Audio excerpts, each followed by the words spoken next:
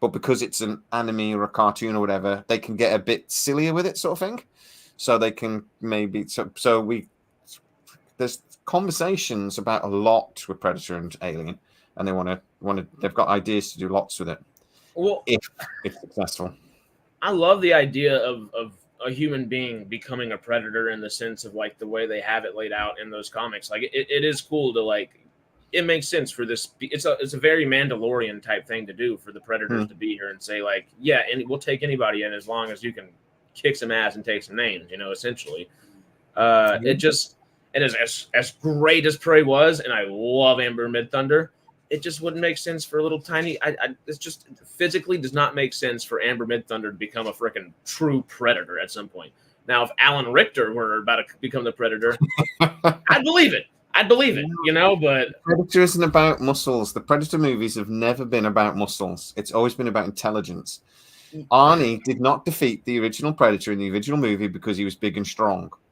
Well, of course, but at the end of the day, when they actually end up in that predator outfit and go out and hunt stuff, I don't feel like the predators themselves tend to be the most. Robo Predator.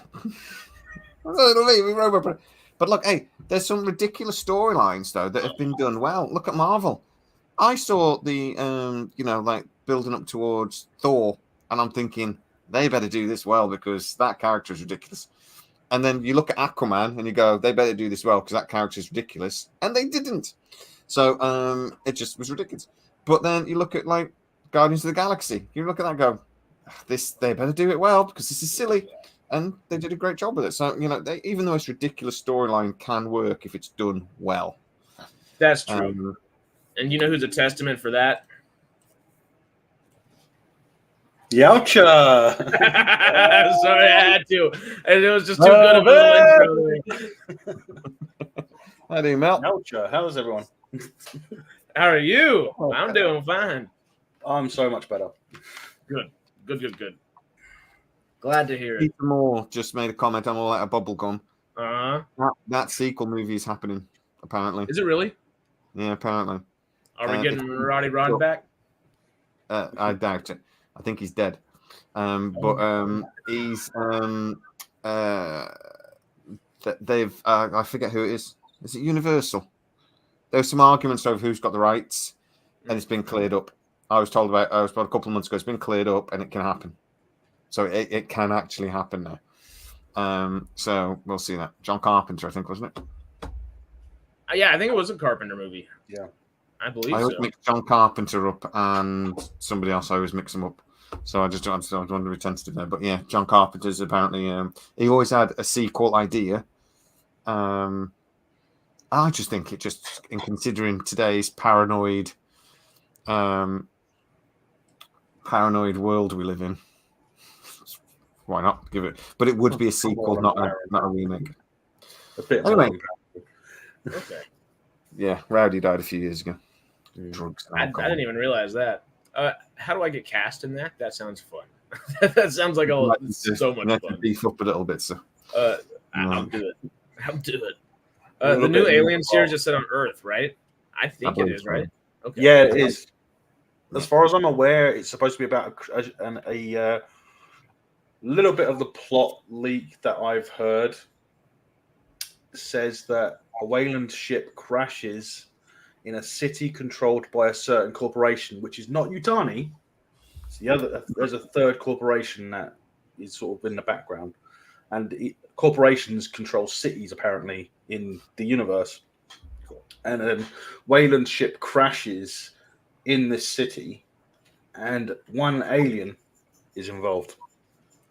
I think that's why the guy I was talking to was saying, think alien, not aliens. Yeah. And it's going to be way more intense, and they're going for more of a thriller. But I think all it'll be like an alien in a city. Yeah. What happened with Predator in a city in Predator 2? Imagine an alien. You think about it in the production as well. How many times have we said a TV show starts up here and doesn't give itself anywhere to go? Mm-hmm. One alien on a thing, it gives the show somewhere to develop. It gives you the horror aspect. Yeah, but I've been told that this was there's way more sort of like political intrigue and the humans backstabbing each other, and Well, it's going to be corporations backstabbing each other, I believe. Yeah. I think, which is then going to build to what's planned later. So, yeah, I think that this is supposed to be the story of how Yutani got a controlling interest in Wayland to make it Wayland Yutani. From what I've heard, the corporations are all separate. You've got Wayland Industries, Yutani Corp, is it Yutani Corporation? And then this third one, the third one is what's dealing with artificial intelligence. I think that's the AI aspect of it. But we'll see a bit of AI. It's got to have a bit of AI. My freaking Hoover's got AI, apparently. Oh, everything does now. Yeah. Everything's nano. Everything was nano before. New polish. Polish your wood. That sounds rude. With new nanotech. It's not fucking nanotech. It's like with Iron Man, wasn't it? He presses a button on his watch, and the watch is what contains his entire suit. Really? Yeah. That's almost as bad as a little Flash suit. A ring, right? Yeah, the ring. Nightmare. Right. I had a question to the Star Wars fan about the Acolyte, though. Because I was reading a story about the Acolyte, and I'd never really thought about this before, but it was basically arguing that are the Jedi a bunch of absolute twats? And I'm like reading this guy thinking they kind of are. So they go, and if you're a talented child that they think might have like some force power, they go and take you from your parents. Yeah. And then if you don't quite make it or you get stroppy, they just kick you out. And you just get left. So you get left very well. I mean, didn't Osha supposedly choose to leave? She chose to leave because they typically don't kick you out. You know what's even worse than that? They don't kick you out. They make you become the janitor and stuff. You literally like get like janitorial roles in like the whole like because you can't once you've been trained in the Force to any degree, they don't really want to like let you go out. So they're like, yeah, we'll give you a paying job, give you quarters to sleep in, all these things. And they just kind of like. It seems that in Acolyte, there's an aspect from the Old Republic. So Knights of the Old Republic, the first game of Knights of the Old Republic, where Revan's memory is wiped by the Jedi. It seems to be, and they take his powers away, so he doesn't have the full use of the Force at the time. It seems like that's what they've done with Osha. God, Star Wars is crap. You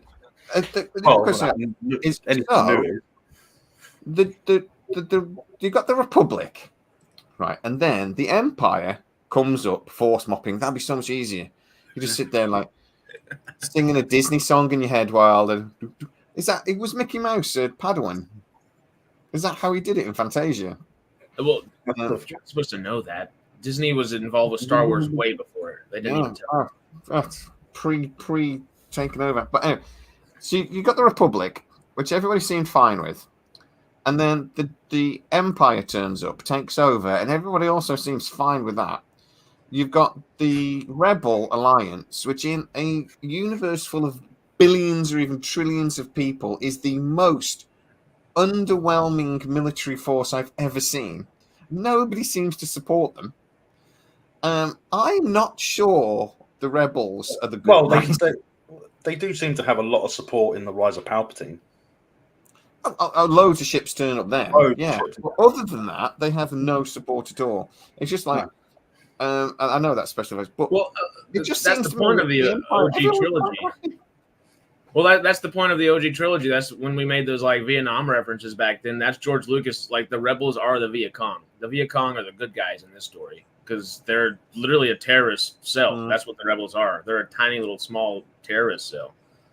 And they're taking out that empire. For me, the good guys are the ones that the bulk of the people support. The bulk of the people seem quite happy with the empire. Most people seem alright with it. The bins get emptied. My schools work fine. I'm okay with it. Don't forget, under the Empire, under the rule of the Empire, there was peace in the galaxy until the rebels came along. Yeah. Technically. I'm not sure they're the good guys. Yeah. And I reckon there's a load of people going, these Jedi have stopped turning up and stealing all our kids. This is a good thing. Let's do this. Yeah. Instead, it's a couple of guys dressed all in black with red lightsabers that come and steal your kids instead. The The Rebel Alliance are just a bunch of bloody smugglers and drug dealers, as far as I can tell. I'm not sure they're the good guys. I like the way that they set up the Inquisitors, that they've always been there. It's like, well, where were they in the original trilogy? Why weren't they looking for Luke? Yeah. But you know how we suddenly realised Inquisitor in the second in Return of the Jedi, or Empire Strikes Back? Yeah. Do you think he would have survived against an Inquisitor who's fully trained in the art of fighting with a lightsaber? I don't think he would have survived. Yeah. But you know how we suddenly realised a couple of years ago that actually Danny in The Karate Kid, Danny-san, is actually the bad guy in that movie. Yeah, he's the whiny little kid who won using a cheating move. I suddenly realised from Star Wars that the Rebel Alliance are the bad guys. And actually, the poor Emperor. Danny LaRusso, in Cobra Kai, it's revealed that Danny LaRusso was actually the bad guy. He was actually the bully. He was the one that was always doing something against everyone else. It's like even though he's doing it in retaliation for what originally happened, but you've got to remember he was trying to steal the guy's girlfriend in the first place. That's what he says, wasn't it? You were snaking my girlfriend, man. So yeah, exactly. I gave you a bit of crap. And then you punched me. He completely sucker punched the guy. Yeah. And every time that he goes after LaRusso, he's actually retaliating against something LaRusso did. LaRusso's 100% the bad He's guy. defending himself. You got Indiana Jones and the Raiders of the Lost Ark, and you suddenly realise that if Indiana Jones wasn't in that film, nothing would have been different. The result would have been exactly the same. Yeah. It's just like revelation. It's just like, what? Daniel LaRusso's a bad guy. The Star Wars, bloody Princess Leia's a terrorist villain, and the fucking Indiana Jones is useless. It's all because now, with a lot of the new stuff that we've had from whether it's Star Wars or Cobra Kai or something like, we can see it from a different point of view, because it was only shown to us in one point of view, and originally. So now we have multiple points of views, and we can look at it more in a more analytical way, because we got to choose who do we want to follow, who do we want to be the good guys. In Star Wars, the Empire were the good guys until Rebels came along. Then the Rebels were all of a sudden the good guys, and it's kind of representative of like you said, it's like Vietnam, stuff like that. So and there's also too many nerds running around actually analysing these things and thinking filmmakers are just, oh come on, it's just so the film could work. I mean, come on, leave it alone. Because if you really want to get into it, from the Rebels are technically just the continuation of the Confederacy from the prequels. So I'm kidding, I won't get into it. But the overall I can't speak. The prequels, the Confederacy were against the Republic anyway, and they didn't know that Palpatine was working both sides. Mm-hmm. So they were standing against. I think the rise of YouTube has been a big problem with this, because we tear everything apart and we look for every little thing. With us on YouTube, we're honest about our opinions on things and we tell the truth about it. Whereas before, it was all about the critics and official reviews. Now YouTube's here; everyone has a voice. As a fan, if you notice a mistake, you didn't really have anyone to tell, and now you can tell everybody like instantly. Like, there's a mistake. There's a mistake with Star Wars. What is it? What is it? Disney. Yeah, exactly. This is very minor problem. Oh, in Star Trek. So I'm more of a Trekkie. Star Wars is crap. We've already had this discussion. I won that debate. I'm pretty sure. Hey, what about Prodigy? Debate is not happening. It didn't happen. Did it not happen? We haven't debated about Star Trek versus Star Wars. Okay, when we do, we should do in the next couple of weeks then. And I win that debate because Star Wars is terrible. Even the original trilogy. I'm actually willing to argue that even the original trilogy of Star Wars is crap. I want more Bad Batch over anything like bloody Ahsoka or Acolyte. Well, as a Trekkie, I was argued on that video last week that actually my favorite Star Trek at the moment is Lower Decks. It's the only Star Trek I can rewatch. I've rewatched it about 3 times. It's brilliant. Is it bad that, like, from someone who's only watched the JJ stuff, essentially, just because those were the big movies when I was growing up, like, to jump into Star Trek, I kind of would want to start with Lower Decks in a way. I don't know if that's a good spot or not to, but it sounds like just like the fun spot. You should go back to the start. That's what I want to do. But Lower Decks seems more fun. Like with Doctor Who, you should go back to the start and see how well it was done back then. But, you know, but with today's way of looking at things, it's not so great. It's a classic show, great, but only if you were around when it was coming. Well, that's what I was going to say, though. That as a Trekkie, the next generation is full of horrible mistakes. Or just storylines. Really, with most of it's happening. Yeah, but nobody cares. And just plot holes in the stories. But nobody cares. It's TNG. Oh, just terrible episodes. Poor. Everyone keeps going, we've got to go back to 22 episodes. And I'm saying, no, don't, because they were bad. Have a series and have as many episodes as you need. Don't be forced to have 22. Don't be forced to have 10. Have as many as you need to do the story that you want to do. With most shows, you need 3 seasons for it to get good. To find its footing, it takes at least 3 seasons for most shows. The drawback is there is a sci-fi show that I love, Lost in Space on Netflix, which only has 3 seasons, but that's been outstanding from the start. Yeah. But if you're only doing 10 episodes, you have to focus what you're doing. Mm-hmm. So, and also really good writing versus bad. It's good writing versus bad. Outstanding writing, Lost in Space, The Expanse, but then you've got bad writing, Star Wars. I just noticed the comments a couple of times saying that there's trailers in the lives. I've noticed that because I watch a football. The only live video I watch, I don't watch other people's YouTube channels. I think it distracts me, but I do watch a football channel. And just in the last couple of weeks, I've noticed in the lives there never used to be trailers halfway through, and all of a sudden they've started to appear. Is that something? Was that announced? I think it's just Google doing Google. It's been there for a while. It's just no one's really noticed it because I don't notice it because I'm a premium member. So yeah, me too. We wouldn't be live though. We're not alive anymore though, surely, because if a trailer goes in, then you're going to be when the trailer plays. I think it pauses the live stream. Yeah, but we don't pause. No, we don't. So it's just not in real time per se anymore. Yeah. So you're not watching it live anymore. I guess it's one of those skip ads after 5 seconds or something like that. They've got to get money out of it somehow, aren't they? YouTube have got to get their money somehow. Yeah. It's not like they don't get 30% of everything anyway. They make enough money off us. Thank you. Fucking no gravity, no bra. I mean, true. 22 episodes are over. 10 is the new 12 to the new norm. Yeah. The thing is, a lot of the time we had 22 episodes of really well written stuff, whereas now we can't have more than 10, 8 to 10. That's it, because no one can write good stuff that much. I think you get good. I think some shows work getting like 20 episodes because The Rookie is still one of my favorite shows. I did hear actually that Nathan Fillion. I heard a while ago Nathan Fillion was stepping away from The Rookie. Yeah. That's when a lot of hype came up, wondering if he was going to be in the new Firefly stuff when that was going to. Well, when that stuff suddenly came up. He's still arguing that he wants to be in Firefly, but then James Gunn has come along. He apparently Nathan Fillion will not be in the next season of The Rookie. I'm being told. Oh, really? He's not going to be in it. And there will be another season. He doesn't like the long, drawn-out shows, does he, Nathan? He's always said that he doesn't like the long, drawn-out stuff. Well, he says he didn't like one of the things he used to love about Firefly because it was a short-run series. Yeah, but he would have loved to have come back to do more because it's a short series. That's the whole. That's a good point. It's more exciting. Yeah. That's the thing. Green Lantern.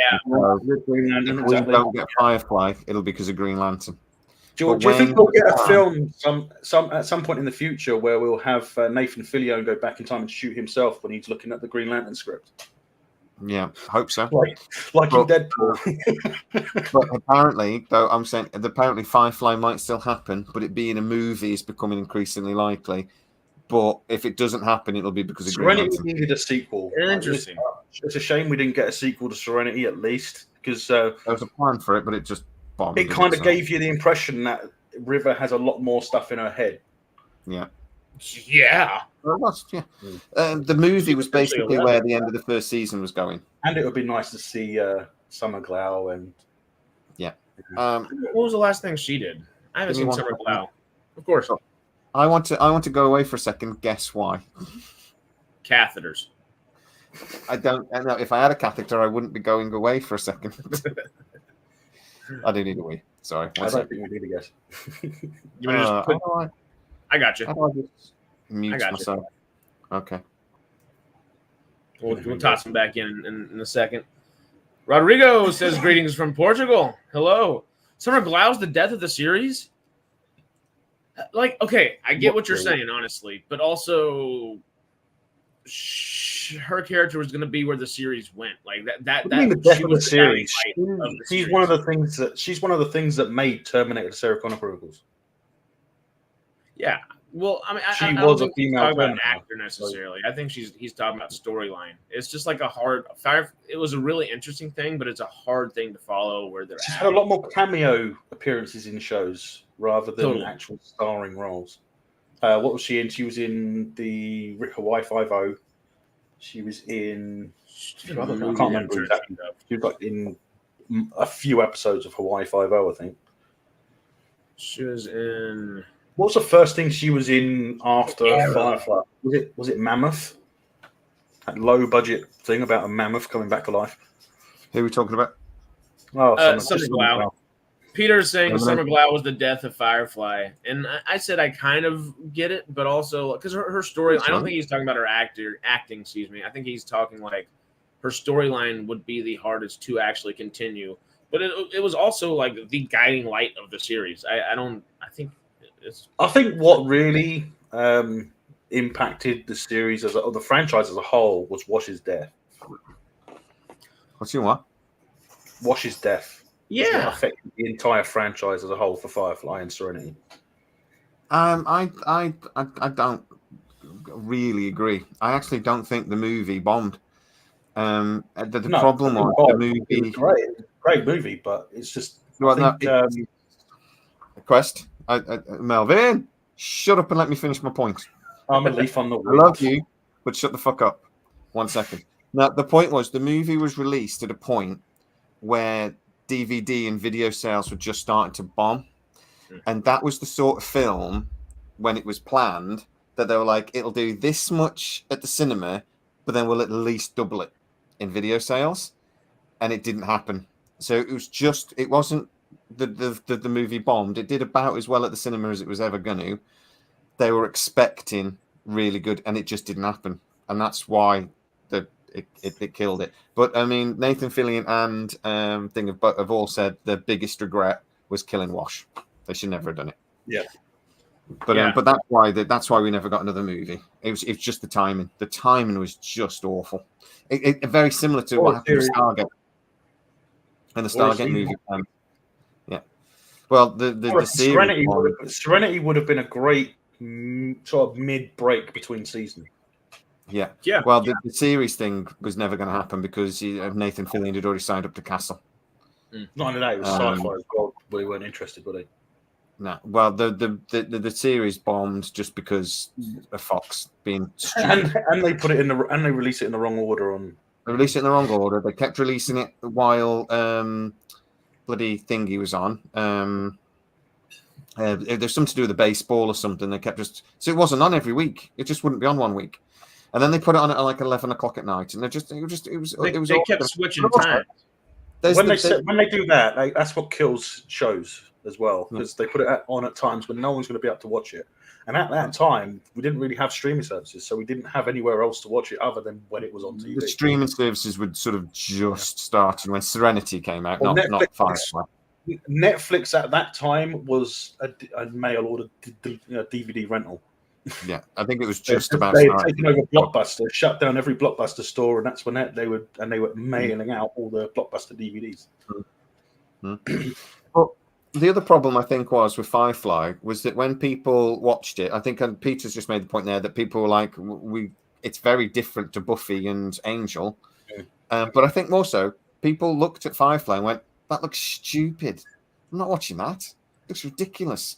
It's a bunch of cowboys with in space. It looks stupid. And Nathan Fillion wasn't a big star then. He wasn't a big star until Castle. Well, no one knew him. Was he even in anything before Firefly? Because I can't remember him before Firefly. I knew him. I knew he was going to be a big star because I saw him. I saw him in Buffy, and he was fantastic. He played this villain. I vaguely remembered him in Buffy, but Yeah. You know, He was a brilliant bad guy in that. But he was also in something called Two Guys, a Girl, and a Pizza Place for about 3 seasons, which he was really good in that as well. Oh, cool. So yeah, and that Peter Moore just mentioned. He then did Slither straight after, which is great, which is how he became friends with James Gunn. And then he signed on for Castle, so it was never going to happen. But the movie bomb. But I actually had this confirmed not long ago, and I couldn't be asked to do a video on it because it's a small point. But Universal do own the movie rights to Firefly, and they can do a streaming movie under those things. They had a bit of an argument with Disney, but apparently there was some agreement with something else, and they sort of said these contracts with these movie rights, what do they mean now for streaming movies? And there was some court case about 3 years ago, and it's actually the decision was that yes, movie rights can mean streaming movie rights. So that set precedent. So Universal well, we can do it then. So if they wanted to, they could do. And the plan I heard ages ago was that it was a trilogy of Firefly movies, and it was going to start. Captain Reynolds was going to be pretty much the only character in the first one, and then it would grow over 3 movies. Okay. But we'll see. But I think if there is, and this, I think if it wasn't for the Green Lantern, I think this probably would have been announced. But now Nathan Fillion is basically working constantly, and then he's going into and I think he's got half an eye on thinking if the Green Lantern does well, that could become its own thing. Oh, totally. But we know through evidence it won't do well. It'll be bloody awful, and the DC was just, please let it die. It's not going to be good. Do you have no faith at all in the whole new imagining of all of it? Nope. Have you seen some of the set pictures from the Superman movie? The set pictures were better than the still that they gave us. That David Cornsweat brooding over the backdrop was the worst thing ever. But then the actual Mr. Terrific and him walking the streets, I was like, I can kind of get behind, but we just need to see more. I like Ryan that. Reynolds was in Two Guys, a Girl, and a Pizza Place, by the way. Ryan Reynolds was. I do admit, I have wanted a Brown Coat series, whether it live action or animated. Firefly will come back at some point in some form. But I think it would be nice to see the Brown Coats, during the war. It would be nice to have something set in that period. That'd be cool. But we need somebody. Would be awesome. I think the Brown Coat would be happy with it. The premise for Firefly is so stupid. You'd need Nathan Fillion to be involved, at least at first, to get it going, because it's such a silly premise. I mean, like you said, if the MCU can get some of these premises go, if Thor 4 can get made, I'm pretty sure we can digest a little Firefly. Firefly worked brilliantly. The problem was it didn't become popular until it had already been cancelled. And then it became popular and became a cult classic. I remember. Sorry, go on, mate. No, that's all right. You carry on. Also, I remember seeing the trailers for Firefly and going, "That looks stupid," and then I accidentally caught the episode when they go get the gun, the latter episode, completely by accident. And I thought, well, Lassiter gun or something. What was it? The Lassiter laser gun or something? Yeah, just the Lassiter. I remember what it was called. So the Lassiter, and I saw that episode and thought, well, that's brilliant. And it's not even the best episode of the series by a long way.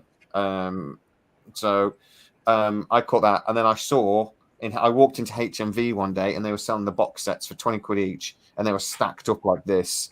There's like 200 of these box sets right in the doorway. So I was like, for 20 quid, I'm having that. And watched it and fell in love immediately.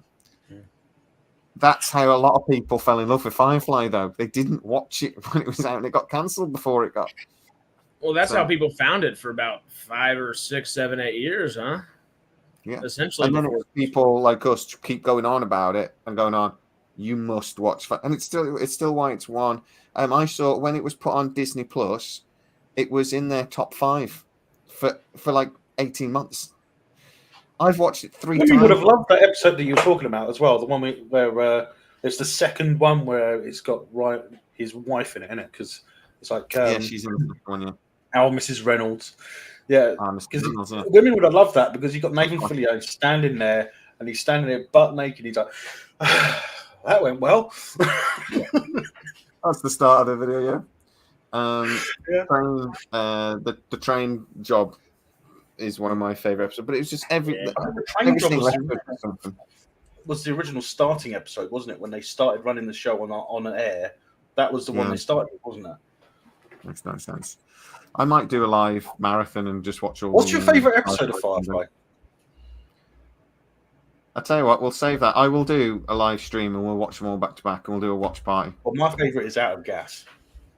Out of Gas probably is the best episode. Ooh. The final episode, though, is how and why, how he found Serenity, why he just literally instantly fell in love just by looking at it. Yeah, it was Christina Hendricks. Yeah. I love it when he said, "Treat this ship right, and it'll be with you the rest of your days." And Nathan's like, "Yeah, but it's not the ship he's looking at. He's looking at the Firefly up on the thing."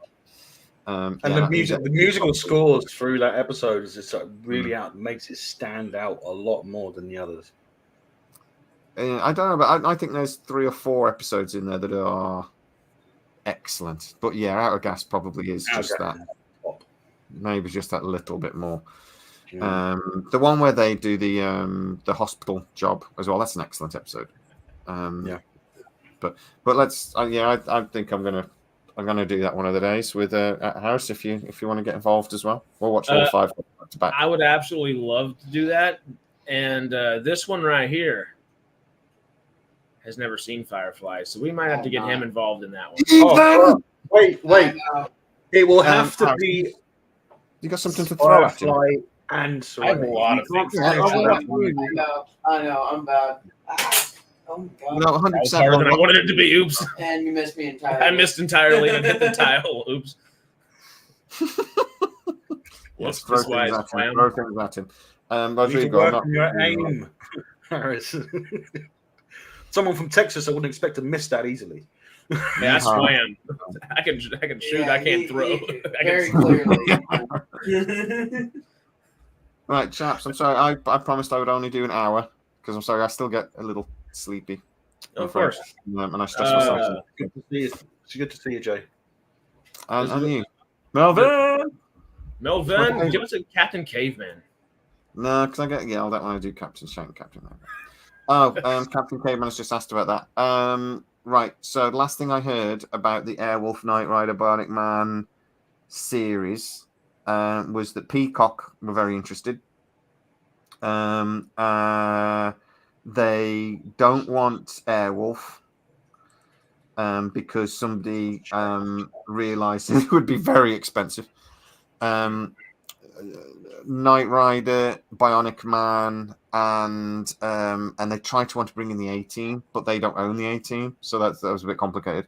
But that's what they. But the last thing I heard was they were still sort of trying to figure out how to do it and get a production company involved. Do they own Street Hawk? Yes, but I've never heard Street Hawk mentioned. I've never heard Street Hawk made. I don't like the idea of having Knight Rider, having Kit going down the road, and then having Street Hawk ride past him at top speed. The thing is with this, I think it might be a while till we hear anything anyway, because it was an idea during the strikes that a producer, who I know who it was as well, who came up with this idea. I can't tell you. Because I actually spoke to them about 18 months ago, and they told me all about their sort of ideas.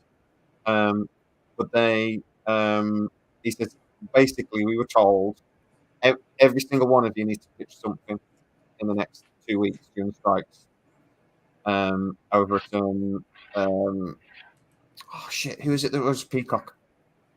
You guys Universal, Comcast. Universal and thing. What's the company that is NBC or NBC, Universal, and Comcast owns. So basically, it was at NBC. They were told to do this. Everyone's got to pitch something. 2 weeks, pitch something.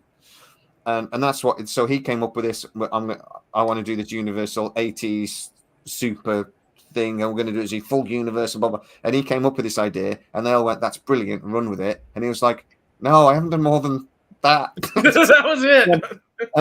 I've just thought it would be a good Bingo, idea. man, good point. You actually want me to do it? Sort of thing. The big one that I can say that is definitely not happening now is Space Above and Beyond. It's absolutely gone into the shitter again. And What about Babylon 5? that's not Any news happening. on that? No. Not happening. Last thing I heard We was could at least get another animated season, surely.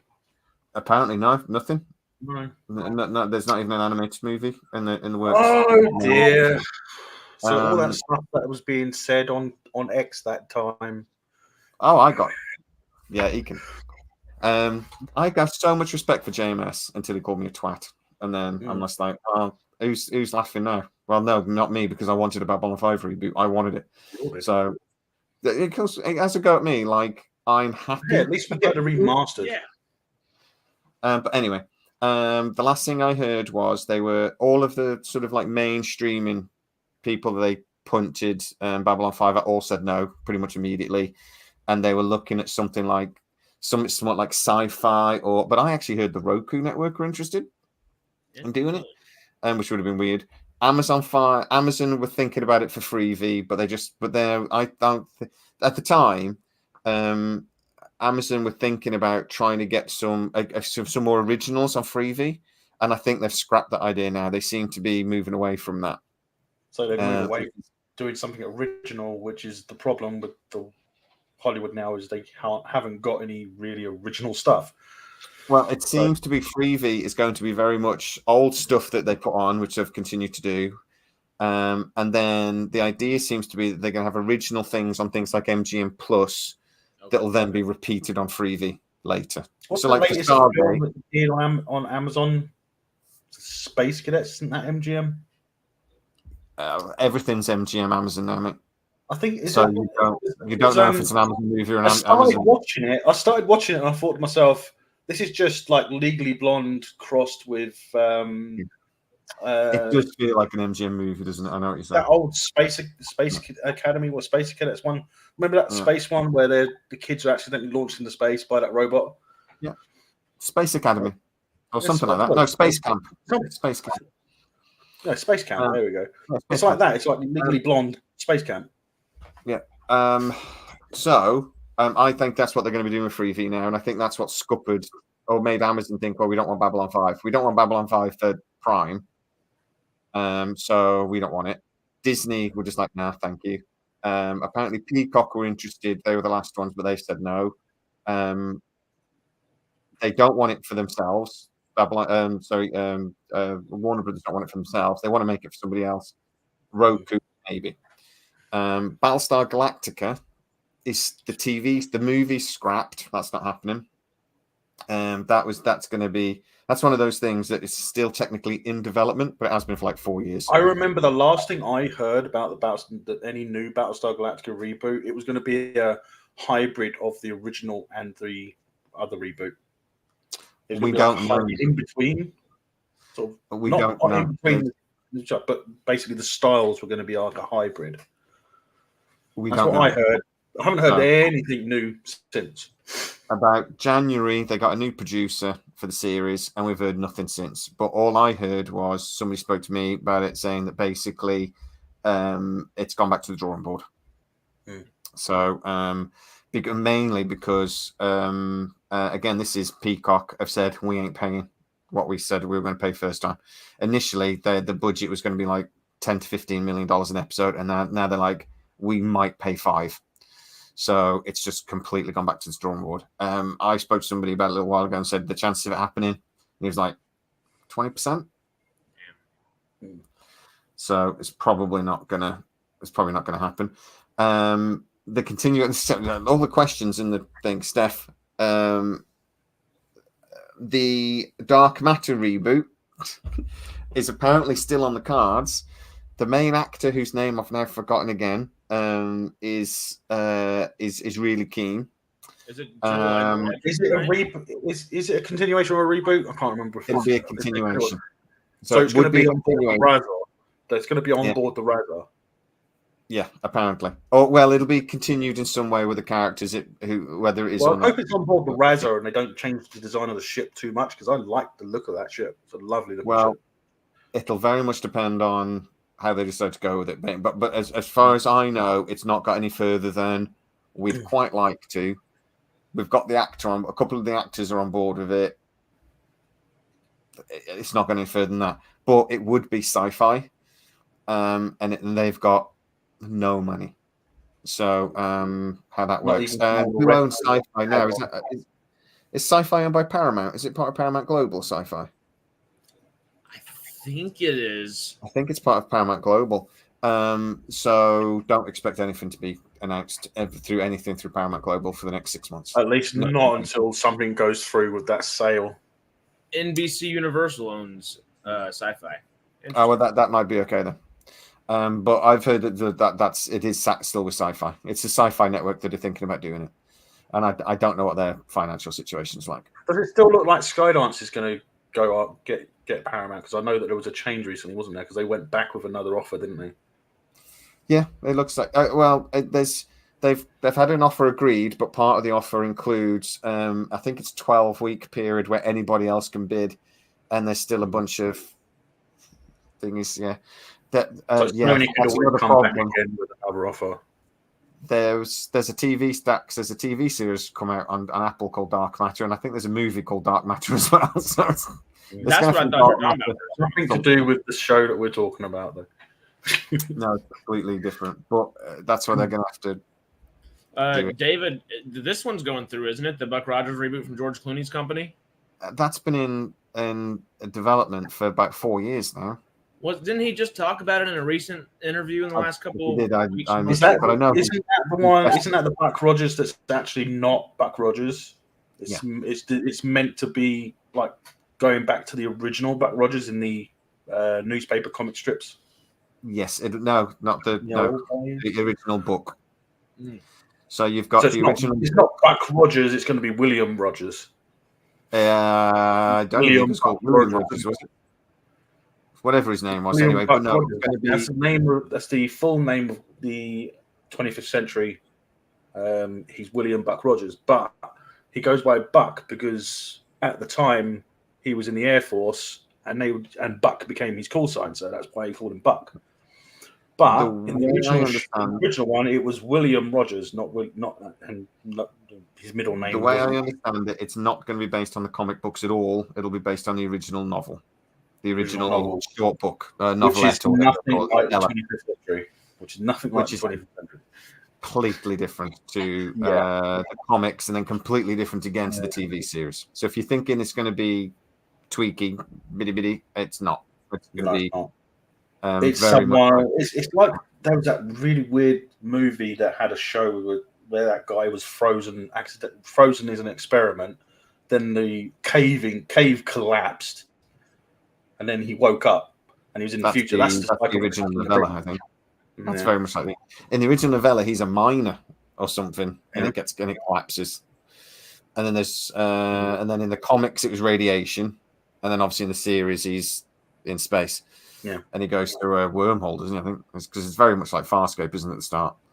Well, it goes through that unusual storm, didn't he? And he gets everything inside gets frozen. And his course goes 200 times further than it's supposed to be. Well, we'd have had this ages ago, though, if the family had known it. So you've got the guy that wrote the novel. Novella. Sorry, I forget his name. Sorry. His family were arguing over who had the rights. So Buck Rogers wanted to do. George Clooney wants to do a thing based on the novella, but then somebody else, which again might have been Peacock again, actually. Possibly. I'm not in Peacock a lot, so I'm doubting myself. But anyway, they wanted to do just a reboot of the Buck Rogers in the 25th century. But the family was suing to say, no, you can't, because you don't own the rights to it. And then there was all that got settled. But then since then, I think then the writer's strike happened, and you know what happened with that. So, but the writer's strike, people do have to realize, has caused so much problems because it's basically. It didn't just delay things for 8 months. It's delayed things for at least a year and maybe more because it's took them 3, 4, 5 months to get restarted. So all of these projects, and like George Clooney now, he's like, well, I'm contracted to do something else now, so I can't do it. And this might actually go into Stargate as well. It's just like all these projects that like Amazon have got all these studio spaces coming online, and they're like, they've now got. I'm going to talk about this in a video shortly. They're 'cause I've probably filling them up as they come available as well. Yeah, well, they've got to prioritize now. They've got to Yeah. decide because they've got all. It's like condensed up, isn't it? They've got like 2 years worth of projects, but they've only got one lot of studio space, so they're going to have to pick and choose what they're going to do, and nobody knows what they're going to decide. So this is another problem with something like Stargate, which people don't appreciate, and they get really frustrated. Why hasn't it happened? Why hasn't it happened? And it's because of real practical reasons like this. They've got to find somewhere to film it. And if they've got another project that they've got a director and actors and things lined up and already ready to go, they're not going to bump it for Stargate because they haven't got the space or the time to do it yet. So they've got to They've got prioritize. to work on stuff. They've got to start earning money because they've lost lots of money by not making anything. So they have to actually do stuff to earn the money, and then But also, I mean, you can't also say you've got a big movie lined up, ready to go this September, which 2 years ago you planned for this September. Yeah. What are you going to do? Cancel it? No, you're not.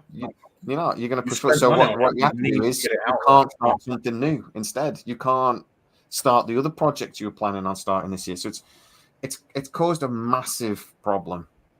That's we're still feeling now. Is my point. Well, we always knew that we were going to feel the strike now this year. Yes, because we're limited to what we have available to watch because they couldn't make anything for a year pretty much. Yeah. Was it really 2022? I thought it was 2024. No, it's 2024, so it's 23 years. It was agreed, but then it was sort of backdated a little bit. So Dax is right that we're already like a year into it because it got backdated to like basically when the strike started. But we won't go through this again for probably a decade because a lot of the agreements are things like that won't actually kick in until the next. So that they've agreed stuff basically for 10 years. But the agreement has to be done. This is basically like the last time we had the strike was because of like streaming and stuff was coming on, and they thought they'd sorted it by 2025. Otherwise, there's a risk of another strike. Yeah, in theory, but in in practice, theory. and again, Harris, you might have done this better than I do, but in practice, they've said we're probably good for about 10 years now. In practice, we should be good. The only caveat, which Peter does bring up here, is AI very well might kickstart the industry, but the industry might still be so scared of it in 3 years. Hopefully in 3 years, we've gauged it out. We'll be like, all right, so you use it to start on things and you put your human input in on top of that. And that's where you really like use that finite creation of where we have utilize where you can. But if it doesn't end up that way and people are terrified of it and there is legislation written against it, whether that be in country or regulation. It didn't help with that, did it? The what? Look at Rebel Moon. It didn't help with that. Oh, no. I've always said AI is the caveat. The original Star Wars script was typed into ChatGPT. That's what I say. And it was reworked with the definitions of want something like this, this, and this. And then we get Rebel Moon, and it's absolute trash. Yeah, but I love it because I make lots of videos about it, and I love it. It is the only caveat we have is that AI. We will be in a strike again if AI is not trusted, quote unquote, by them. If and not, like you always said, governments have only just started really talking about AI, and we've got to remember as well, we're not really in AI at the moment. ChatGPT, AI has been being developed in the background for a long time. Yeah, it's a long time. It's mostly been AI. It's like AI light at the moment. It's a simulation.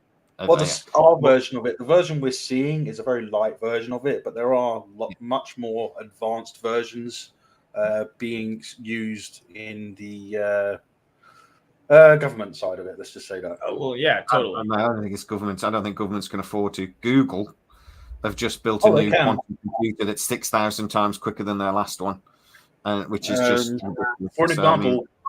US military uses AI to control their drones until there's an operation where they require someone to pull the trigger. Then a person takes over. Again, though, it's not AI. That is AI. It's not AI. It's a very complex program, but it's not technically AI. a UI, isn't it? Chaz? UI. Chaz is going to be our technical guy here. What's up? AI UI differences with the drones that like militaries fly utilizing a program before a person comes up. Would that be AI or UI? I mean, that totally depends. It probably uses AI though, like to some degree. I mean, My understanding is there's no computer program currently that's been actually. We tag it AI. Yeah. But there's no program that has actually been as actually being artificially intelligent. No, it depends what you think. We think as artificial intelligence as being sentient. You could And it's argue not. that an It's not autopilot the on an aeroplane is artificial intelligence. You can can argue argue that any computer program is artificially intelligent if it shows any, but it's arguing what intelligence is, I suppose. But yeah, so I suppose it depends what you the definition. I am going to go in 1 second, but Mark Lindsay just asked what I think about the Highlander reboot. Yes. It depends who they get to play the bad guy. Yeah, we were talking about that the other day. Yeah, Henry Well, Cavill. is he going to have Kurgan in it at all? Actually, that's a good question. Well, the other thing is, it won't be a remake of the original movie because they're not that stupid. They will not So be. it doesn't There have will be to have Kurgan in it. If it's not, if it's I think the Kurgan will be in it, but I don't think the Kurgan will be the final. There will not be a one-on-one battle at the end that actually ends. We won't see the last Highlander. Do you know? The last of Mortal. They're not that stupid. Well, every thinking, single movie was supposed to be the last. Exactly. They're not stupid. I They am won't the only one. Honestly, the best place for them to start would be to have maybe even 100 of them left. Like have like the full 100 or something like that. Like start and wean your way off of it. Like give yourself room. So many, and it's one of those things. Don't start up here. Start down here and build. And Alien, Noah Hawley. Russell Crowe's Ramirez. Michelle Yeoh is Ramirez. I am standing by my argument that Michelle Yeoh should be the Ramirez character. Antonio Banderas. Michelle Yeoh. You're forgetting the original pretext of Highlander is that there couldn't be any I like females Michelle. in male. What is more devastating for somebody, losing a father figure or losing a mother figure? Mother figure. Emotionally, that's how the first film should end, is by the Kurgan killing the Ramirez character. And that's how the first film should end. Or, around there. Michelle Yeoh. All day. It would be amazing. Or somebody similar. There's a few of those characters. The woman that was in Iron Fist, actually, she's really good. I've seen her in a few things since. She played Colleen Wing. And she can really. I know the actress's name. She's in the new Matrix. She's in a whole bunch of different things. Yeah, she's great. Somebody like that. But I think it should be a woman. And I know people immediately go, gender swapping. If it works for the character and it's done for a reason, not just for the sake of it. And I just think that character would be. But also, you've got the things like I as a film. If I was to make it, I'd be thinking that would give you loads of little comedy elements because you're going to have her turning up and kicking Henry Cavill's ass, like Ramirez does in the film. Yeah, but there were comedy elements. In the training montage, there was a lot of comedy elements between the training. Where Connor would lose his sword and do exactly. I think it would just work better.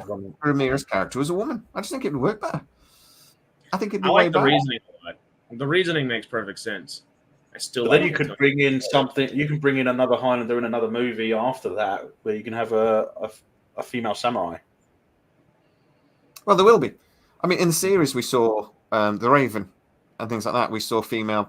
I mean, there will be 50-50 on the. I see it now. A new Highlander 2. There will be a Chinese woman and a Japanese woman, all dressed up in that period.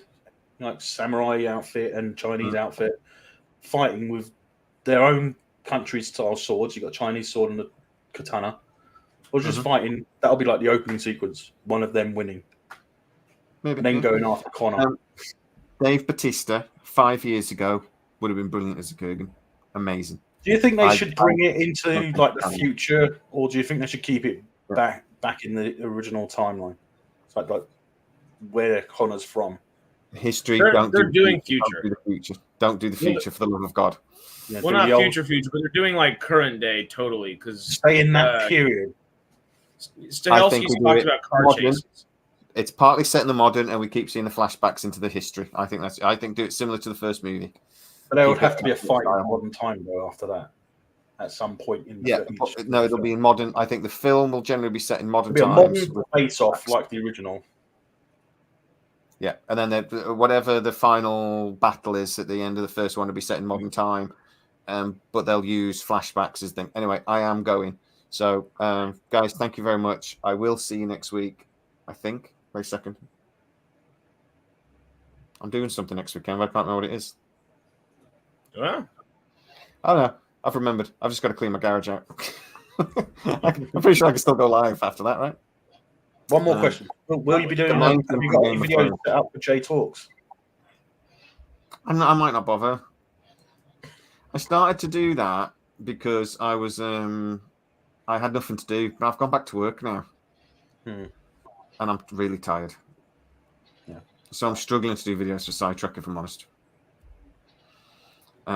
So I might just drop the J Talks for now. Even though I got 600 subscribers in like 2 weeks. Still got it, baby. Do it later. Just whenever you have time. Just use it for fun. Yeah, I mean, there's a lot of stuff you can talk about. No, I tell you what I'm doing for fun. Yeah. Oh, look, you got the saucer done. So the saucer sections, there's well underneath still got to be done, but the drive section is coming along, and that's what you should be recording and then uploading. So it's coming along nicely. I'm going to have a chat with you, Harris, actually, about getting in touch with Blue Bricks. We need to do that. Oh yeah, that'd be awesome. And then I will be doing videos on the DC 302 because I'm going to be building that. So I will do videos on that topic. I couldn't be bothered when I was doing the Enterprise. I didn't think about it, but I will do once on the DC 302. Fuck you, Mark. I saw that comment. Honestly, we might call it a day after this too. I'd love. There's a lot of chats that we haven't really gone through or seen, but there's always more chatting time. But if right quick, I know David said one more thing that I just wanted to say. Any chance of a new Planet of the Apes series? I think that would be great. It would be awesome. It would be super expensive, so they're not doing it. The movies aren't making enough money. They're doing okay, but they're not making enough money. I've heard there is going to be another movie. Yeah, keep it in theaters. Keep it in theaters, but I don't want a series. For one, it's too expensive for any studio. Yeah, my understanding, I've not watched it because they're not my kind of thing. But my understanding was the last movie does set up a thing, and it's supposed to be there's supposed to be one more film. I was told, but I don't watch it, so I have no idea what that meant. You know, I get told things sometimes, and I don't know what it means. Yeah, I mean, this was a really good movie, and it definitely set things up where they could do things, but it was like it still was a perfect bookend where it was, but they could totally still pick up if they wanted to. Yeah, I haven't seen Kingdom of the Planet of the Apes yet, so I've been waiting for it to come out. So just tell Michael, by the way, it's Blue Bricks. So yes. Blue Brick is the Blue Bricks have some brilliant, beautiful looking stuff. I mean, I like the look of their alien dropship. That might be my next one. After I've got a and the Eagle 5. I've got a Millennium Falcon to build, which will take me forever. So I'm going to do the 302 first. If you get an Eagle 5, record it. I don't know, man. I'm not as much Space 1999 as other people. No. It's a good looking ship. Don't get me wrong, but I'm not as. That was a bit before my time. I never really watched it. But I might do the alien dropship mainly because, or I forgot the name of the full sized ship. I do know it, and it's just got in my head. Out of aliens.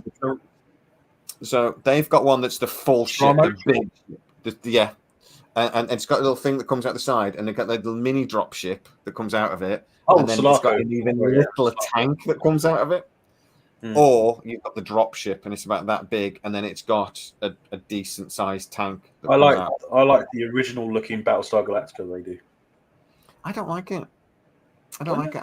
I keep looking at it and thinking I don't fancy the model. But they don't do. Shame we don't have Eagle Moss anymore because I would have loved to have had the Eagle Moss one. Well, all of their, I don't know what you guys think about this as an idea, but all of their videos on Blue Bricks are in German. So I think we should be offering to do English videos for them. Hey. And maybe even doing getting a little discount code. We'll ask Blue Bricks, we will do them videos for Blue Bricks, and we won't ask for any money. So go on. Sponsorship. What? Well, no, we won't ask them for any money. They're not a very big company. Well, no, not ask for money, but ask them to send certain types of models. Well, what having money, have a model sent to you. I would have to send. I've bought 2 models. I'm not buying any more. I've got 3 actually. I bought 3 models. I'm not buying any more. But anyway, if they wanted us to do some English-speaking videos, I'm just saying I'll do it. We'd have to have the model. You would have to have the model to build it first, and then talk about it afterwards. Well, I've already got 3. So I can already do them 3 videos. But Harris and Chaz over there are the business minds of this now. So you guys will have to have a think about if you want to do it or not. I like the sound of that. I like the idea of it. Well, what I'm thinking is we do, and guys, we do a video for it. When we put it on the channel, we send them a link and we basically put the offer through. And then we say, how would you guys, if I do one for the Enterprise and then one for the 302 as well, could we have a discount code that we could offer people? Yeah. Just a little affiliate link or something. Yeah, that's all we do. Discount code. It wouldn't be much. It'd be like, what, 10%, something like that. Yeah. 10, 15, something. 10, 15%. And if they do that, we'll do the videos. But if they want to do any more videos, they'll have to send me the Lego because I'm not paying. I'm not spending any more money. But I've already spent like 400 quid on Lego through. So I need to stop calling it Lego. It's Blue Bricks. Blue Bricks. But guys, I've really got to go. I'm 35. I promised my wife I'd be done by 7, and she gets really angry if I go over. So I think that's my fault because I asked you that question at the hour, just after the hour. So I'm sorry about that. I'm gonna say Melvin's a complete prick, and he wouldn't let me go. Blame me. That's it. Yeah. Cheddar bomb. He talked over me earlier, and I had to time off. Well, all right. Let's call this one a day. Melvin, I was speaking. Damn it. Let's say our final thing. I have to talk over you.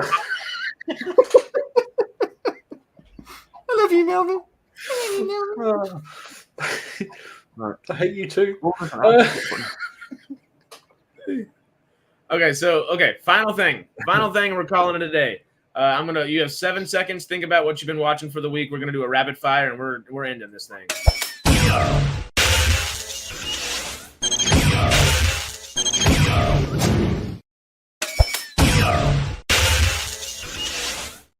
Never mind, it was on loop. There we go, just the once. Okay, what have we watched this week? Somebody mentioned earlier, is Axe Left any good? Yes, it is. I've watched literally nothing else. Same. Hell yeah. Melvin? Axe Left, Star Trek Prodigy, Season 2. I've not even started Prodigy yet. I'm such a useless sci-fi person, but I haven't watched it. I'm going. Bye. Started Bad Boys as well, the new season. Toodles. Laters. Watch some more Resident Alien. Been keeping up with that. Then saw Horizon in theaters. Saw Kinds of Kindness in theaters. Saw a few other things in theaters that I'm blanking on totally right now. Saw Horizon, a horror movie. Maxine, that's what we saw. We saw Maxine. So a horror movie. Horizon, not so horror movie. The Boys was out this week. House of Dragon we saw last week, so we're going to get the new one tonight. How'd you like Godzilla and Kong, Mark? That's a great movie. I thought it was a great movie. Yeah, a bunch of fun stuff coming out right now. I wish Horizon was better than it was. It's a great movie, but it's also not. It should have been a miniseries, and it should also have had a story to tell within this movie. I still don't know what the actual film's about. It's 4 storylines that don't totally correlate with one another, but there's not like the cohesion hasn't arrived yet per se, and I am desperately awaiting said cohesion on there. But Maxine was a decent little ending to that horror trilogy by Ty West, so on and so forth. There's been a bunch of good stuff this week. Evil's supposed to be really good. It wasn't as bad as I expected it to be. What? Oh, Horizon. That's yeah. I was like, which thing? I just said like 4. Horizon. But I think that's 23. I think I've noticed that Beacon 23 is now available on Amazon. Oh, is it actually? Yeah. How long has it been? How long has it been? It's only just become available. There's like 4 episodes on there. They're releasing 2 episodes at a time. Well, because I finally did cave whenever we were going to go to all the San Diego Comic-Con stuff and MGM was going to like let us go there and do all that. I did cave because I was going to not cave. I was going to be all like, staying on my P's and Q's. I'm not going to get MGM Plus, not going to get MGM Plus. I totally caved and got MGM Plus when they were like, yeah, we'll pay for y'all to go stay out. I was like, okay, so I'll get you. I already had MGM Plus because apparently it's just the same MGM channel that I already subscribed to, and it's automatically changed to MGM Plus. So all they did was change the logo. Yeah, legit though. Pretty much. Real quick, Captain Caveman asked earlier if this is Everclear. I wish. It is water. It is 11 a.m. over here. Who cares? All right, it's not too early. Yeah, it's not like it's 9 never o'clock. too early, technically. It's not like it's 9 a.m. Yeah. Sarah's saying, is Horizon good? Well, it is Kevin Costner thinking he can write like Taylor Sheridan. Kevin Costner's amazing. I adore Kevin Costner. Everything he's ever done for the most part, essentially, and he's done some pretty good stuff. He's been in some good movies. Phenomenal filmmaker. Waterworld, Postman, they're quite good. Not great. They're good. They're good movies. Mm-hmm. But he is a great director. Kevin Costner can be a great freaking director at times. Horizon is just like, you can tell it's a passion project. The acting here, you know what? Let me read you a tweet that I tweeted this week, just because it'll encapsulate it a little bit better. I had to tweet this right after I saw Horizon. So you're getting my Twitter feed live here, y'all. All right, so I said, just got out of Horizon American Saga. The acting, cinematography, production level, etc., all absolutely phenomenal. The story has the opposite problem a lot of TV shows that should be films have nowadays, though. This film should have been a Lonesome Dove style miniseries. It fits 4 storylines into its lengthy runtime, yet none of the timelines are clear because of the jumping to and from. It doesn't have enough time to tell the story that it wants to tell. That being said, this wasn't a complete film either. The last 8 to 12 minutes, which this pissed me off, the last 8 to 12 minutes of the film are literally just flash forwards, and it's an in-house ad for Horizon Part 2. If this particular film were made into a Lonesome Dove styled miniseries for just about the same price, it would have been magnificent and had the time to properly allow the audience to process the timelines and story, because one of the biggest things there was you couldn't tell the amount of time that had passed on throughout the film. You're like, because I don't. Okay, it is a very, very, very minor spoiler. It's a very generic Western thing, so it's not a big deal. Lady's husband dies at the beginning of the movie. By the end, she has to fall in love with somebody else. There's totally there's a grieving period, but we have no idea how long that grieving period lasts. We have no idea how long the like flirtation period lasts, because we don't really get to see much of that. So on and so forth. It's just it doesn't hit the nail on its head. A lot of plot holes in there, from the sound of it. Not plot holes, just missing plot. That's like, well, plot holes without being like plot holes. Like it's still. It's not like a hole in the actual structure. A lack of context, maybe. Per se, yeah, that'd be the perfect way to say that. I think it really hurt the film in a lot of ways. It's not making much money at all, and I think it's because, first of all, no one knew what the hell it was about. Is there going to be a book 2 of Boba Fett? Oh, I have no idea. I hope not. Sentai Ranger Donnie, save the Power Rangers. We went to Senpai stuff last night for anime rage stuff, but hey, there is no season 2 as far as I'm aware. Me either. I would like them to do something. Well, I don't even know if they're going to make another season of Mando or just do the Mando Grogu movie, do they? They don't even know about that. They say they're, because remember, I almost just said Din Djarin. Pedro Pascal did for this last season. He just signed on as a voice actor. He's no longer like an actual actor on the show. So he can't complain about the paycheck anymore. Well, exactly. But in doing so, he was saying, oh, yeah, we might just continue doing Mandalorian forever. So they might just take the budget down and make it like a little like daddy freaking daycare kind of show over time. And he's just the voice actor. the problem is the issue that they have with Favreau, because in the last season, the lack of Favreau doing his thing was a hugely Well, I think obvious problem. that might be kind of what he's saying, though, in the sense of like, if it's Favreau in charge, then fine. Yeah, totally. That's 1,000%. If it's Filoni without Favreau, no, thank you. Oh, Descendants, right? Red. Favreau, Filoni, sorry, yeah. Favloni. Favreau needs there to rein him in, to control him, to let him, so he doesn't go over the top with his bullshit ideas. See, I think that's Filoni, and Favreau is the guy that holds it back. Favreau needs to be there to rein. Yes, Filoni. Okay, that's what I'm trying to say. Because Filoni, he's going to do what KK wants. Favreau has always been a voice against a lot of what KK wants. Mm-hmm. And that's the obvious difference when you look at Ahsoka. The difference, you'd think that if Favreau was in charge of Ahsoka, it might have been 10 times better, 100 times better. Well, that's the thing. I love Dave Filoni, and as a storyteller, I really do think he has just inherent skill. But he has always needed someone to be his guiding light for him. And Favreau should be in charge of the streaming shows. He should be like Lucas. He should be in charge of Lucasfilm. I don't know about that because he'll never be in charge of Lucasfilm, will he?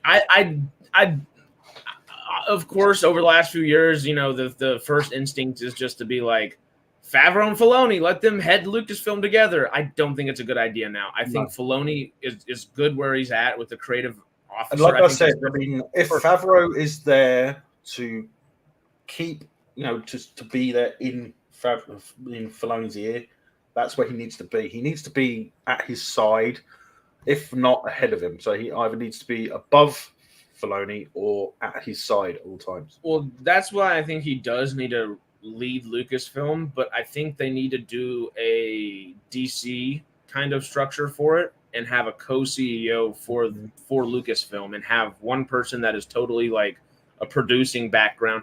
With that, if either of these two are in charge of Lucasfilm, like ahead of the board or anything like that, the problem is that they won't be directly involved with any project. Because they are and no. They'll be running the whole show. They're not running a department, like they're not running a studio or space. They can still run. They can still do a specific project, like James Gunn is. They could get involved more directly with specific projects, but the problem is that they're going to be so busy they won't have time to. And I don't believe that at all. Because James Gunn is the perfect example. James Gunn's the perfect example. He's been riding away, and he's literally allotted the time out, and he knows he still has to be a CEO day in, day out, but he's allotted the time out to direct certain things, write certain things. I think it's not easy by any means, of course, but I think it's still doable. So, okay, hear me out. I got two ways. One would piss off a lot of people, but I would love it. The other would piss off a good chunk of people, and I would still love it. But Jon Favreau and Tony Gilroy as the heads of Lucasfilm. Yay or nay?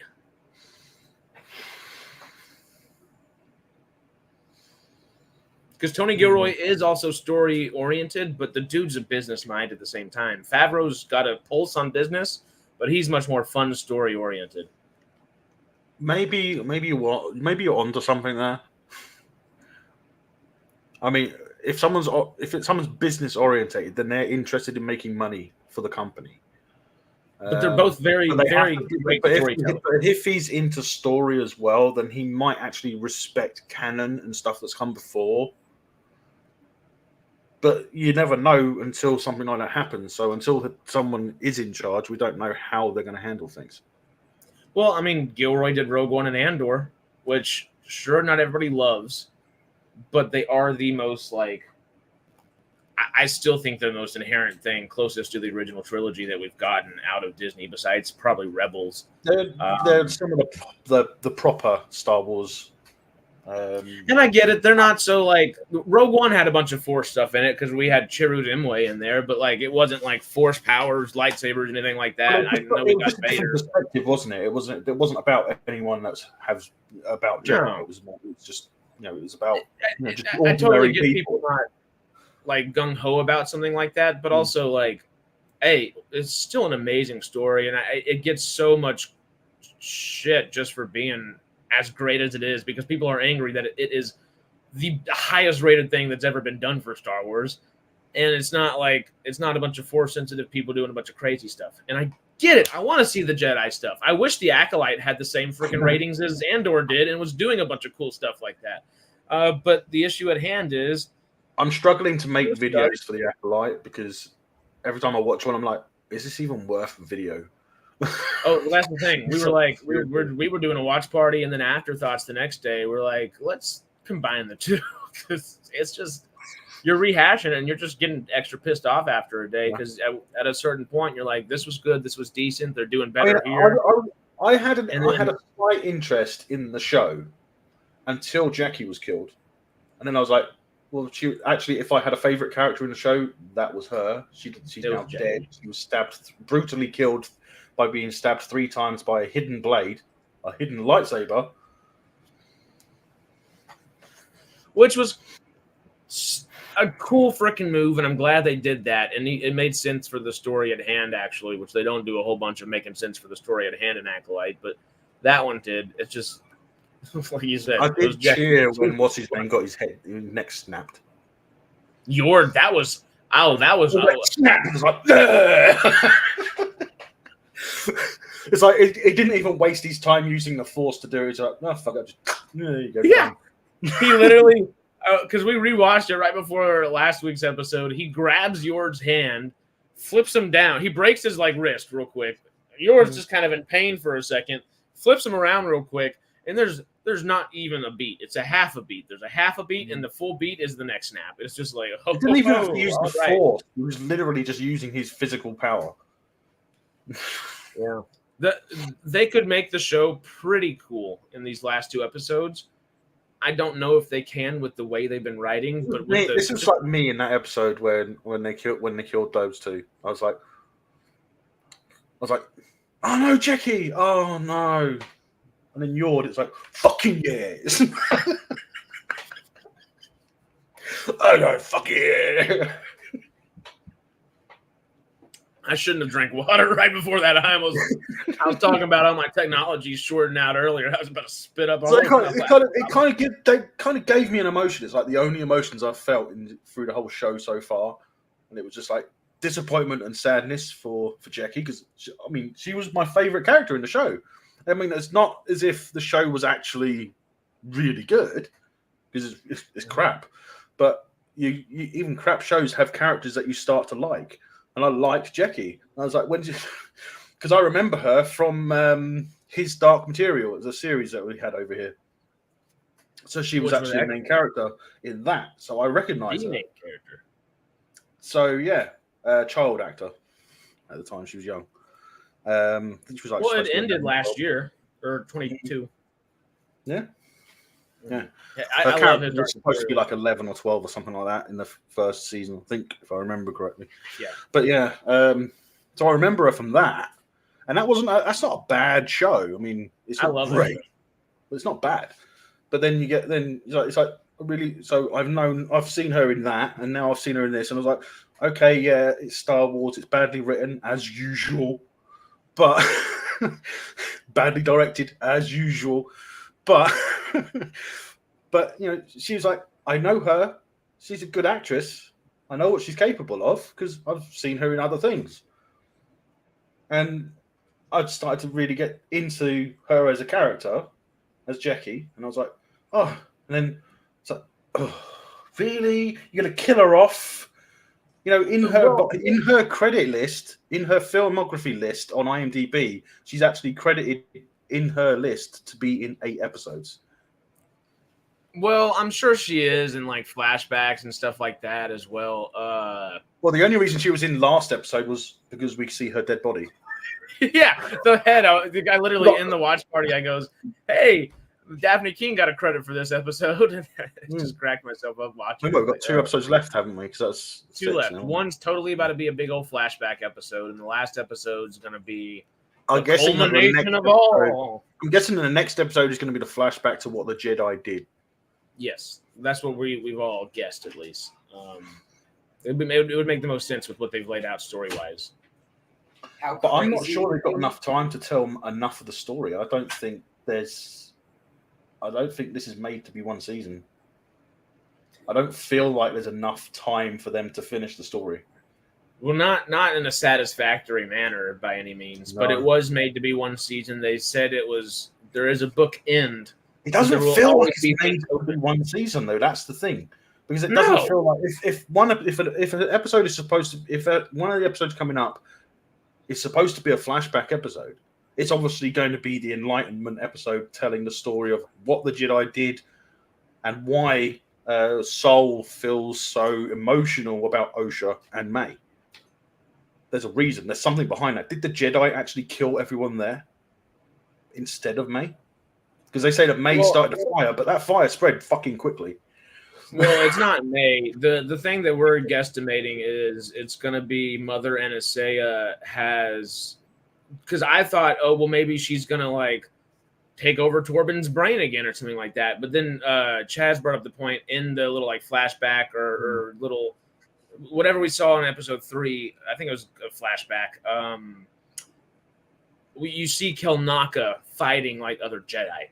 So we're thinking Mother Anastasia probably takes over Kelnaka's brain and uses Kelnaka as this big behemoth of just terror for a moment. Well, look, trying to fight the other Jedi. You need to highlight Captain Caveman's message and let Jay know.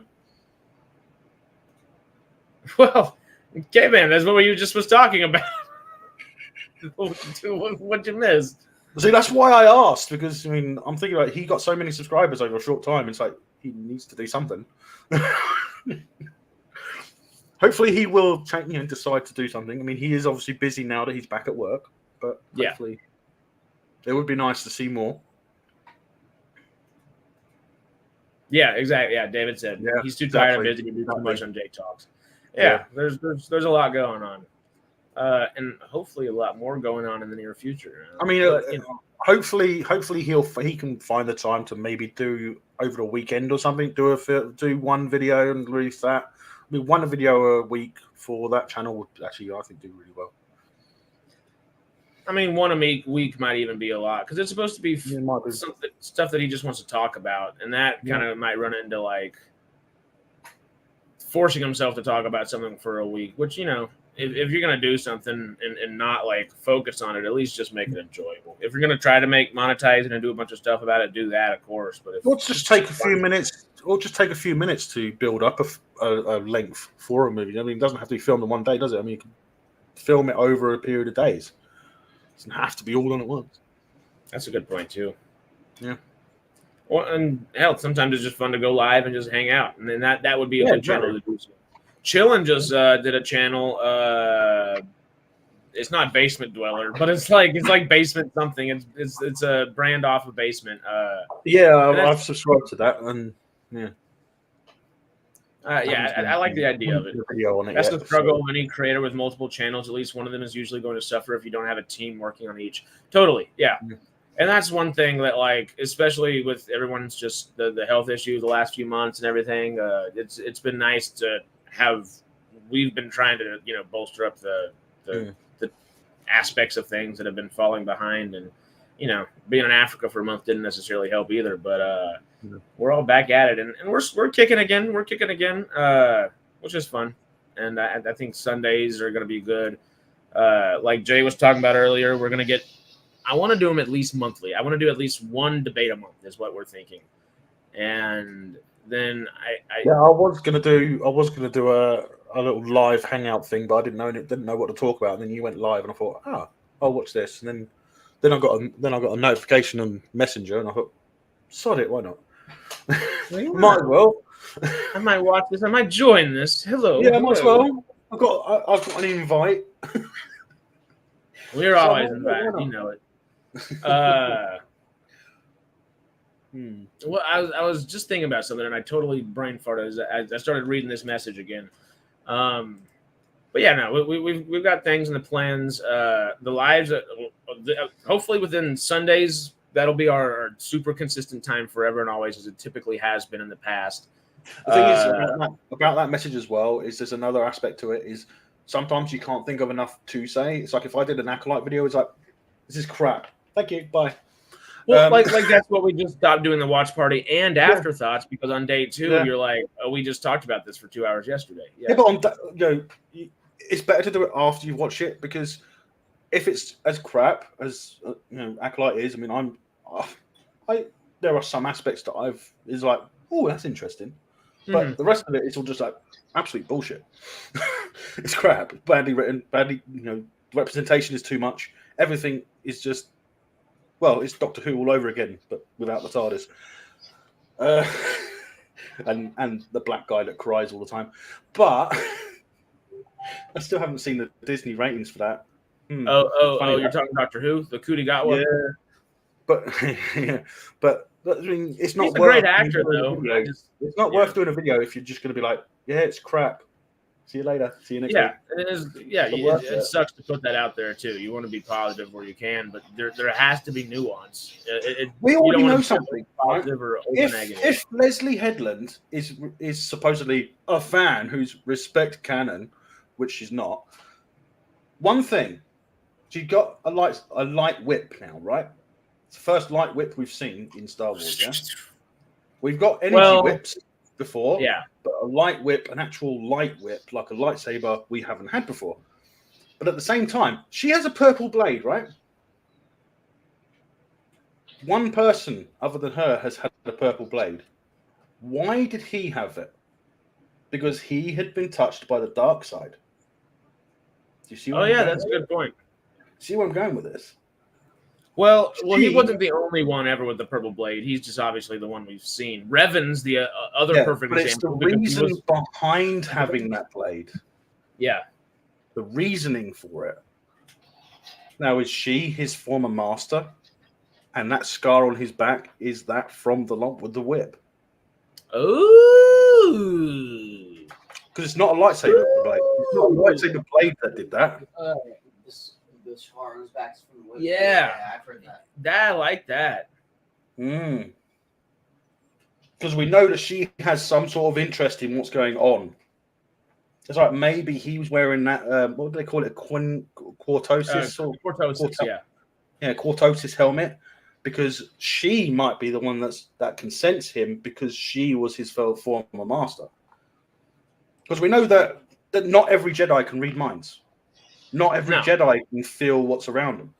So, having literally, Qui-Gon and Obi-Wan didn't know Darth Maul was behind that door. So, yeah, for a start, I had a theory that he was going to be the bad guy from the start, because it's like his character was like iffy. There was something wrong with the dialogue and the way he was presenting it. So. When he was in the apothecary, I can't say it. When he was basically in that chemistry lab, just call it that. He wasn't wearing a helmet, and Sol, interrogated him. So it's not like Sol can read his mind. It's not every Jedi can do that, and they can't actually read mind. They sense emotions and feelings, right? Because he wasn't. If he wasn't wearing that helmet. And he is the bad guy. We know that. Then Sol would have known that he was May's master, because he wasn't wearing the helmet. Yeah, I mean, Sol can't read people's minds, only emotions and feelings. I think Sol becoming the Acolyte and Vernestra maybe having some evil in her would both be really good things for this series, and make some of the things that wouldn't that be too obvious? You're telling me no one at the Jedi Synod has ever seen her whip? Find that hard to believe. Well, no. Everyone's seen her whip. They just haven't seen the scarring on the back of her pupils. That's the thing. That might be something she's doing out in the field, not in front of everybody in this. And if she goes out somewhere and she's punishing, we never see her with a Padawan. And you would think that even a member of the council would have a Padawan. Yeah, Qui-Gon did. Well, Qui-Gon wasn't a member of the council. Never mind. I didn't say that. Do not. No, Qui-Gon wasn't. No, he wasn't. That was the whole point. That's why they didn't take him seriously. But Obi-Wan was a member of the council, and he had a Padawan, of course. Yeah, There you go. Of course. And so on and so forth. Mace was going on. Yeah, Mace was part of the council whenever he had Depa Billaba. Depa Billaba was part of the council when she had Kanan Jarrus or Caleb Doom at the time. So on and so forth. Don't you just love how Wikipedia changed information live whilst an episode was on? That is bullshit. That is bull. I haven't even not really bullshit. thought about that. Absolutely, there was someone actually streaming, and they looked it up whilst it was on whilst they were streaming their reaction to the episode. He actually logged on to Wikipedia, and literally it said this information is not available because they were updating it live as the episode was streaming. So they had prior knowledge, and they didn't change it before the episode aired. Interesting. People were going to check. People were going to check because he's not that old. Well, it breaks a lot of things. Thankfully, that is something more simple to break, but nonetheless, like it's at the end of the day, it's whether Wikipedia changes it or not. That's not going to end up being Kiadi Mundi. It's just not. No. No. In the annexes of something, it's going to be changed in 2 years. Like that other one, the one that always had that mask on. I can't remember his name. Master. Plo Koon. Koon? Clone Wars. Plo Koon. Is it Plo Koon? Yeah. Plo Koon. Plo Koon. The Keldorian with the. We thought that was him. We know that his species but he was lived dead. for what was it, 400 years? I think. They can live 3, 4, 5, 600 years, something like that. Yeah. So we thought that when he was standing there in that episode, we thought that was him, but it wasn't because that one is laying dead in the forest. So it's not him. Yeah. So thankfully, that wasn't Plo Koon. I love some Plo Koon, but David, you're telling me it's the color of purple that's only used by the bad side? No. They're not used. Purple's only used by the good side. It's only used by the Jedi who have experienced or been touched by the dark side. So that's the whole reason for the purple lightsaber for Mace Windu. Mace Windu, exactly, because he was trained, and I think he was supposed to come close to the dark side, so he'd been touched by it, which is why he had it or something. I know he had. Was it his lightsaber training? His training. It's his lightsaber training, and most. There are only 2 Jedi in the entire, like literally tens of thousands of Jedi. There are 2 that are allowed to train in Type 7 saber combat, which is there's 2 versions of it. There's the dark side version, which Palpatine excels at, and then there's Vapad or Vapid, something like that, VAAPAD, and that's what Mace Windu and Depa Billaba know. And then during the Clone Wars, Quinlan Vos learns about it and starts to utilize it as an undercover agent, which is what turns him to the dark side under Dooku for a little bit and has him fall in love with Asajj, and they have their whole Dark Disciple kind of era go on. But Vapid, what's the form that they're using in Acolyte? Because they're not using a good form, a lightsaber form in Acolyte. They're using an older, more peaceful one, aren't they? They're not using the aggressive saber forms. Yeah, I think they're using. Jedi is trained in a more passive fight style, which is why they didn't stand up very well to the Sith, because the Sith is trained in pure hate.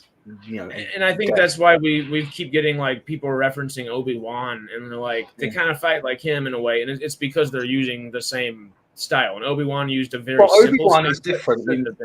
In 100 years since this, we've got to look at the lore in between Acolyte and the prequels.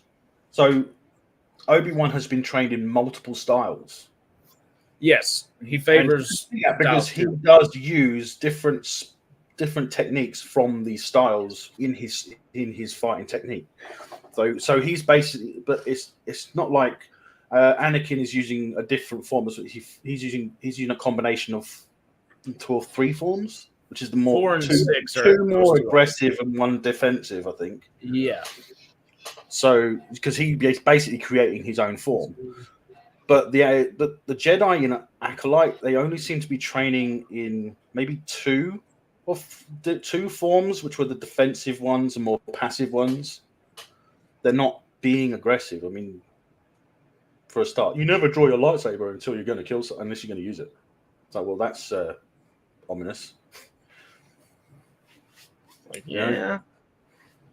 And I mean, that's the only reason why I think that 1 Sith Lord would be able to take out 8 Jedi, and 6 of which are masters, at least. Well, still, I think that Yord, just goes. Yord isn't a master; he's a Jedi Knight.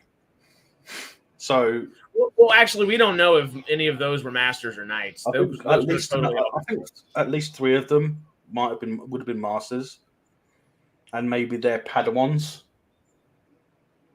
More older Padawans, but obviously they're like a knight would still have a Padawan. Yeah. A knight's still allowed to have Padawans. A master's a special rank that just shows you've gone so far in your training. Knights, like Anakin's a knight and still has Ahsoka, and so on and so forth. There's a lot of examples. And he's also the only knight to sit on the council. Well, when he sat on the council, he wasn't a knight anymore. He was promoted by Palpatine to become he was a member of the Jedi Council. He wasn't promoted to master, though. He was they allowed him to sit on the council, but they specified in the movie that he was not going to be a master. The rank of master we will not allow. They'll let you sit on the council, but they will not let him be a master. Because they are the ones that decide who the masters are. They weren't going to let Palpatine decide it. But they made him a master very shortly after saying that because of Palpatine. They still made him a master, not because of him helping. It was because Palpatine forced their hand, which he was smart to do. That's why they put him on the council. Well, yeah, but you can't be on the council and not be a master. So there was kind of he was only on the council because the Jedi Council could use him to get to Palpatine, because they knew something was going on with Palpatine. Palpatine was trying to influence the Jedi Council, so they let him be on the council, but they did not promote him to master at the time that he was sat on the council. Very shortly after, but that was part of Palp's plans as well. Like he knew what he was doing. Well, actually, no, because if you think about it, that's actually part of why Anakin falls. Because they don't make him a master. It's a big argument. It's a big conversation that he has with Padme. Well, yeah, but that's still all by design. And not make me a master. It's not fair. Yeah. I mean, it's still all designed by Palpatine, though. Yeah. Palpatine knew if he was in that position, they have to make him a master. It wasn't designed. It wasn't designed to interfere with the Jedi. It was designed to influence Anakin on his fall, to make it easier to take control of Anakin's mind. Well, both, because they're definitely, we're looking at it. I don't think he had any real interest in what's going on in the Jedi Temple. I don't think he cared. No. He had a huge interest. He had a huge interest in Anakin. Anakin, of course, he wanted. He didn't want the Jedi. Of course, he wanted the Jedi as well, though. That was that not only was a power play from Anakin, and we're just wanting to say, hey, but he wanted to destroy the Jedi in the public's eye. He wanted to make the Jedi. Well, hold up. It's the aspect of politicalism that Star Wars doesn't that tend to be glossed over in a lot of Star Wars. Yeah, the Jedi have been inherently part of the Republic for so long. They've been a police force, and now not only are they a police force, that kind of it has always been just separate enough. It was like church and state, just kind of separated enough, And now throughout the Clone Wars, they have been inherently now they're generals in the military. So Palpatine literally has rank over them in certain places, and he wants to say, hey, well, if they're going to be leading our armies and representing us like this, the Republic needs a representative in the Jedi, which Anakin is the person he chose for that. It's a giant political ploy as well. It was very much for the Jedi to throw them off. And not only did it throw them off, it set Anakin up perfectly to, now Palpatine's putting you here for this, so you should be our spy against Palpatine. Why am I spying against Palpatine? He's only been nice to me my entire life. It's letting the cards fall, you know? Yeah. He's setting the dominoes ready to push. Ready to push them over. It's perfect. Terrifying. But I mean, you can see the problem. The Jedi don't do well post-war. Look at the Knights of the Old Republic. 25,000 years before, not A New Hope, if I remember correctly. It's 25,000 years. 25,000 years. There was a war with the Mandalorians. So it was the Mandalorian Republic War. The Republic asked the Jedi to get involved in the war. They refused, and there were Jedi that volunteered to go and fight. The Jedi that went to fight, led by Revan, yeah, I love Revan, comes back, and at that time, he's ridiculed by the Jedi. The Jedi hate him because he's been to war. He's been touched by war. It doesn't, they held back from going to war for a reason, because the Jedi were pacifists. They're there for peace. They're not meant to fight in wars. But the drawback to that is, if they have lightsabers, why have they got? What are they for? And with Revan, he saw that he was basically being drawn out and ridiculed, and that's what made him turn to the dark side. He left the Republic, went to the Outer Rim, and that's where he learned how to become a Sith, and that's where he learned and became a Sith. And then he came back years later with an entire Sith fleet and overthrew the Republic. And then just sprinkle in some Mandalorian wars here and there, and toss some other stuff. Yeah, but the Mandalorians fought with him. The Mandalorians joined him in the war because he earned their respect, because he was responsible for the defeat of the Mandalorian warfare in the war. So they ended up fighting alongside him. The best trained soldiers in the galaxy of the Star Wars, the Mandalorians, at the height of their militaristic style of life, and they just joined the Sith in the combat because the Sith basically represented Revan. Yeah, they followed Revan. I mean, obviously, this conversation and topic has been brought up 1,000 times in different places, and it's an easy just thought experiment to have. And I don't think because I would love. So Star Wars needs just an overhaul in a big way, and we all know it. So, like, the best thing to do, and thousands of people said it, is this is a problem that we're having now, because Leslie Headland, after the huge success of The Acolyte, wants to do a Knights of the Old Republic movie or series.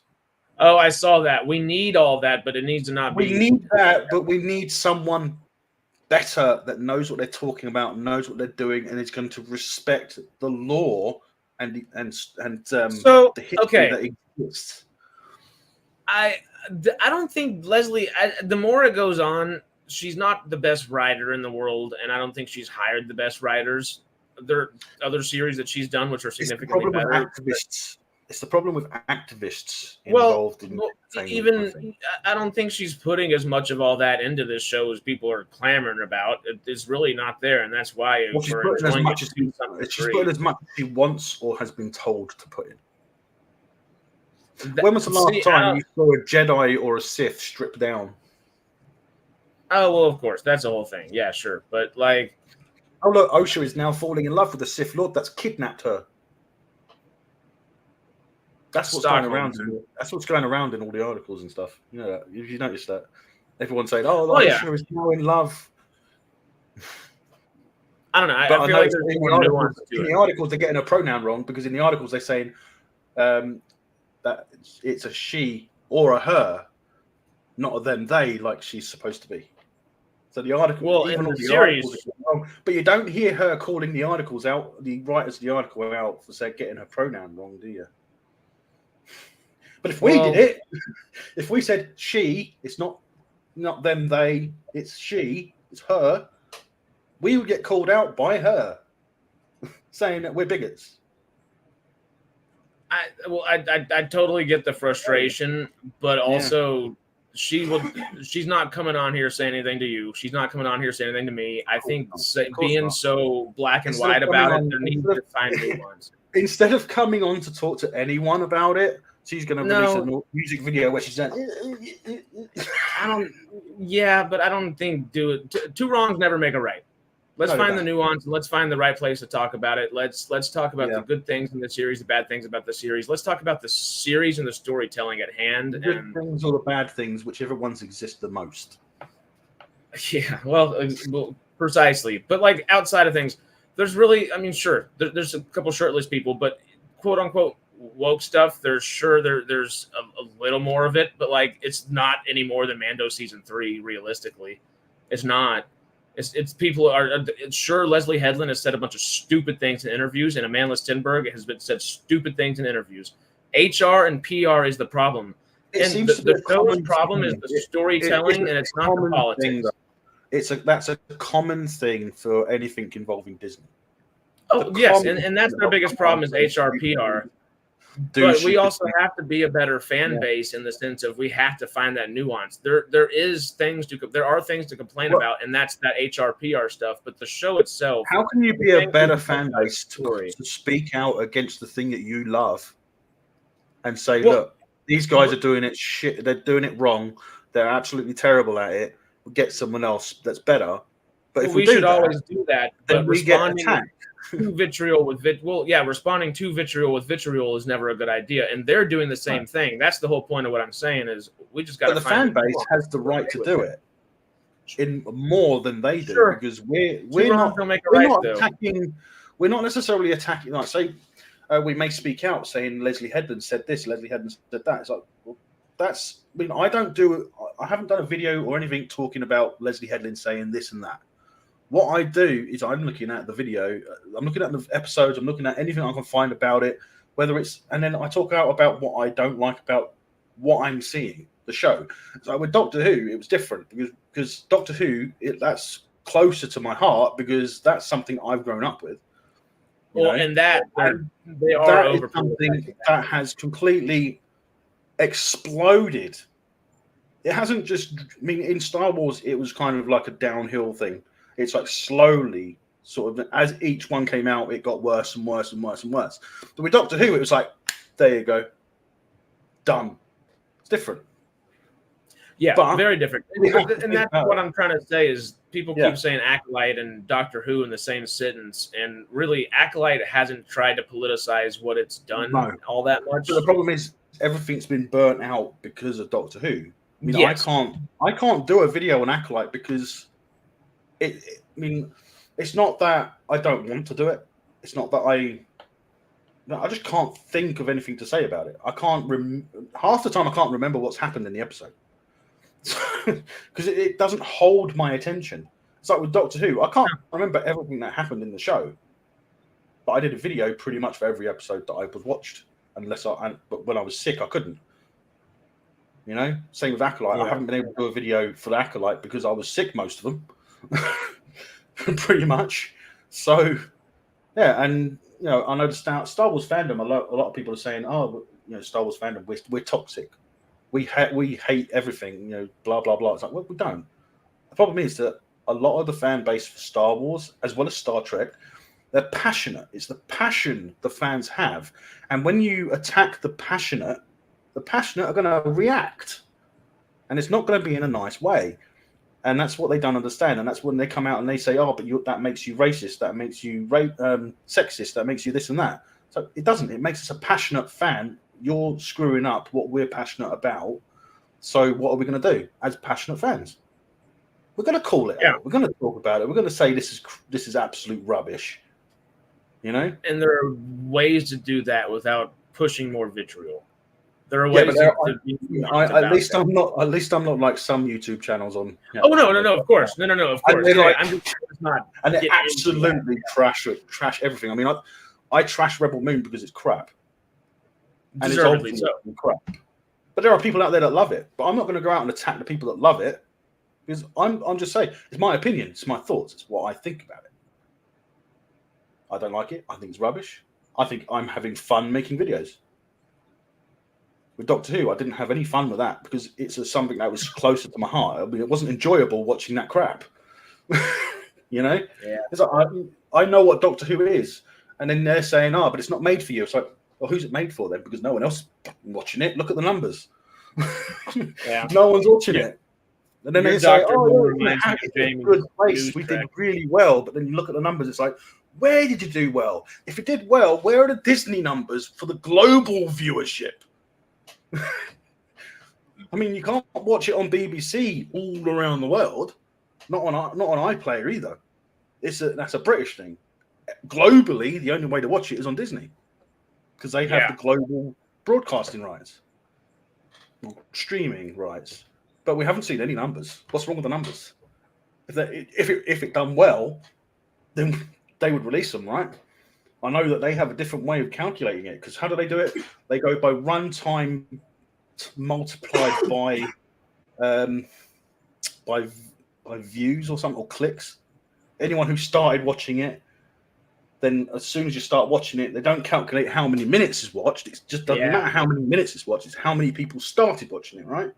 And then they calculate that, and they go, each click is they must have watched the whole thing, so it's runtime. So one company, and usually right? Disney is the company that does it like that. But then you'll get the Nielsen ratings, which will be completely different, and then you'll get another 2 or 3 different types of sets of ratings, and they've all calculated the it Nielsen ratings. They don't take even a little bit. The one thing that these little 8 episode seasons is good for the shows is if they don't get a whole bunch of views and they're not making a whole bunch of money and there's not a bunch of stuff going on. Nielsen ratings take 2 months to come out. Well, hold up. Nielsen ratings take 2 months to come out. So if it's an 8 episode series, by the end of the 2 months, you get your first data back from your very first episode publicly. So I think it was around about the episode 3 came out. I think it was around about episode 3 of Doctor Who came out. There was it the Overlord? I can't remember. He actually came out and he said that some of them, Disney approached him or sent him a message, email or something. I can't remember what he said, but I remember him saying that the numbers were so bad that Disney took it down from the in-house board. So no one in-house at Disney is allowed to see the numbers for Doctor Who. Well, that's dumb. And that was leaked. Well, that's good, actually. Overlord. I don't think that might that's actually good. be a good thing. That's not a good sign for the numbers, is it? Well, it's not a good sign for the not numbers, allowing but that's a anyone good sign inside that- the company to see it. Well, but that also might keep Disney from doing like what you were saying just a second ago, from saying like, oh yeah, the very first click on here means someone's watched it, because that's what they want to say. They want to get the best numbers they can. Yeah, but it's not one person. One click represents a household. Yes, 4 people, 3 people, whatever it may be. It's like 4 people is what they calculate, isn't it? 4 people per click. Something along those lines. It's ridiculous. No crossovers. Oh no, they're not. Yeah, they are talking about a Doctor Who crossover as well. There's a bit of interest in a Doctor Who Star Trek crossover. No, thank you. That could make a little more sense. So obviously I'm not well versed in Star Trek or anything like that. But what is the species? It's the Q. Is that the right thing? Yeah, the Q. Yeah, for Star Trek. The dude with the mariachi stuff going on, the sombrero and everything dancing around. So would they make sense as being like this thing that the Doctor is? What, the Time Lords? Yeah. No, because the Doctor isn't even technically a Time Lord anymore because they destroyed that idea. They made the Doctor the Timeless Child, which is a different species, so it's not even a Time Lord from Gallifrey. Could that species be the bridging of the gap between the Time Lord and the Q? That was done with Jodie Whittaker's run, so... Oh. Could that species be the interlinking species between the Q and the Time Hordes or whatever, and that's the way they cross over? I don't know. I don't know anything about either one of these franchises. That's just the first thing that comes to my mind. I don't know. I can't imagine it. No, I can't. I just can't imagine it. Doctor Who and Star Trek have always respected each other anyway, because they've always had references to each other in their shows anyway. There was an episode where there's a painting and there's a TNG crew standing in the painting in uniform. You can clearly see the uniforms. You can clearly see that it's supposed to be something. It looks like it's supposed to be Picard and a couple of others like Data, all in a distance on a different level in a distance. It would So be they a little reference. weird. Sorry, go. They do reference each other. So Okay. Well, I mean, obviously, once again, I don't know anything about either one of these franchises. That truly, at the end of the day, yes, Santo Ranger it is owned by Disney still, but well, it is still owned by the BBC, but it's licensed to Disney for global streaming. And Disney paid for it by giving them, I think it was like $100 million to put into Doctor Who, which is another reason why it looks terrible, because they put more money into it. Or at least on a lower budget, you have to be careful what you do with it. When you got $100 million to spend over 2 seasons, where you would normally have, say, $10 million for the entire show, it's a lot of money.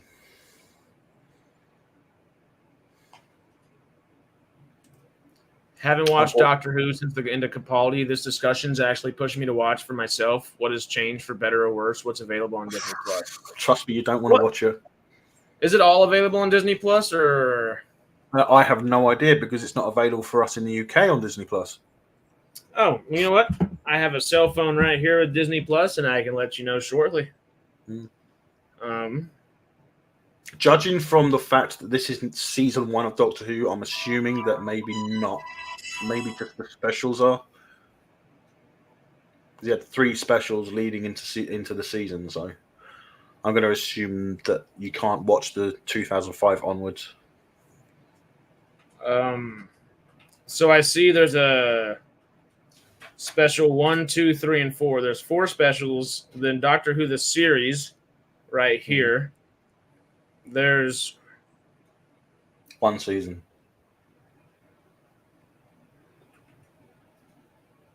One season. I can't see it.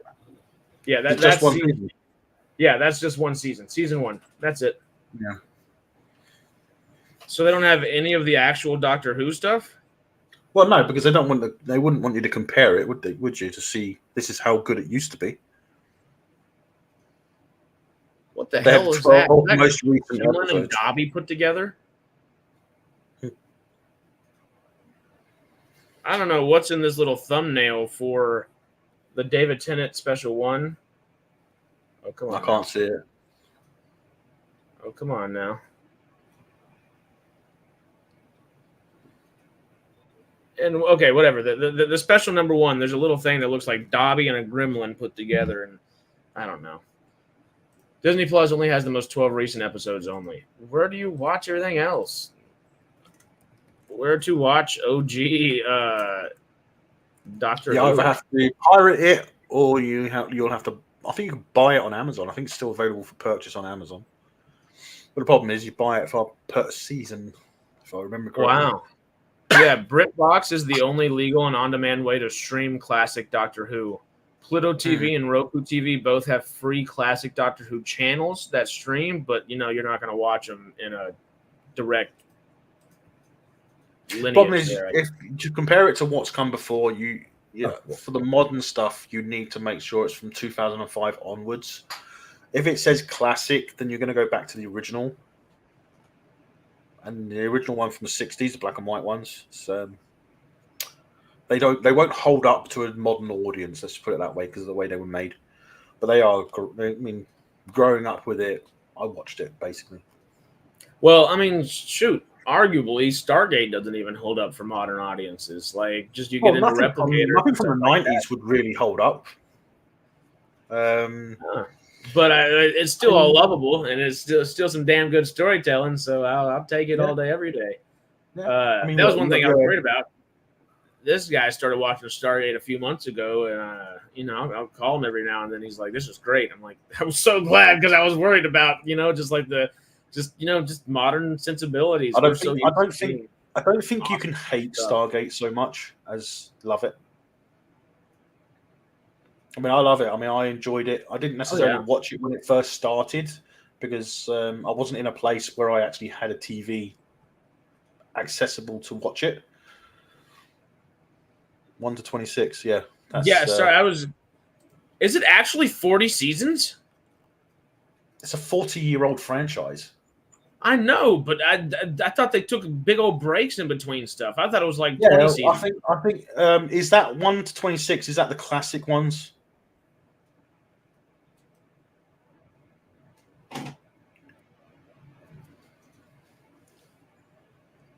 Would 27 through 40 be all the who's? Well, let's who's just the say showrunner? there are 40 as of I think as of Chuty. There's 40. I think I did do a thumbnail for a Doctor Who video, which had 40 seasons.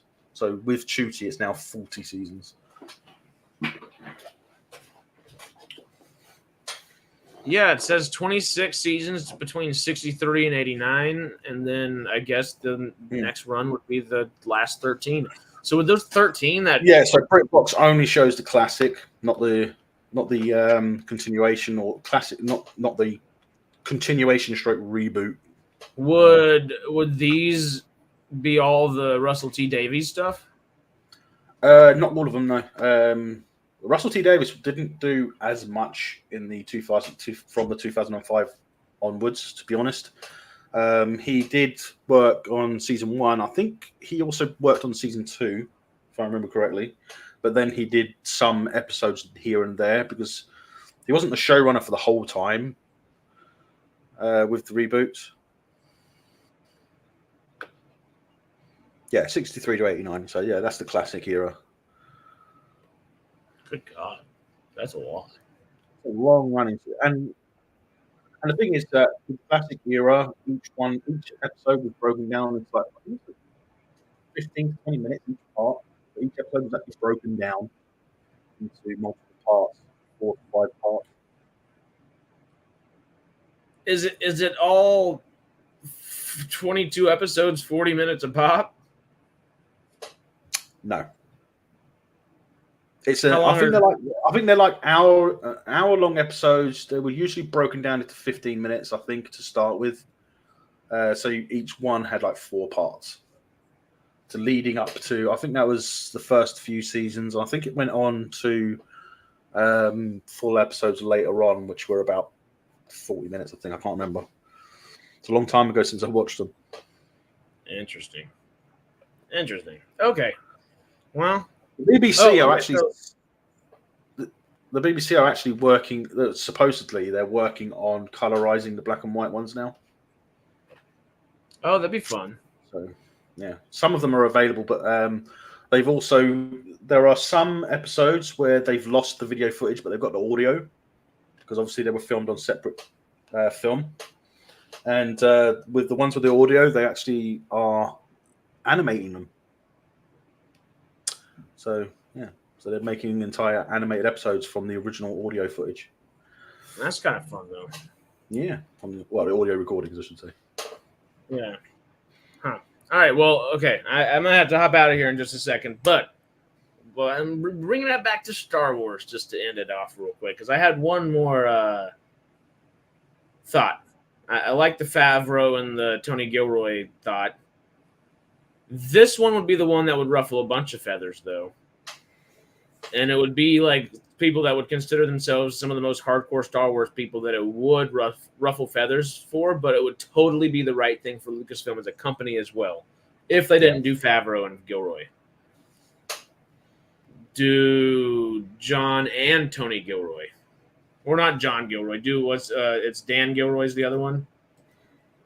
Dan Gilroy. They do Dan and Tony Gilroy, and John Gilroy would probably come on as producer for a whole bunch of stuff. But the Gilroy brothers, they're genius. I don't know. I mean, it all depends. I mean, the drawback is, I mean, we're talking about Star Wars here, and it's been such a letdown that we won't be able to know anything because we thought that some of the directors that were coming in to do the stuff we've seen, we thought, oh, they might do a good job.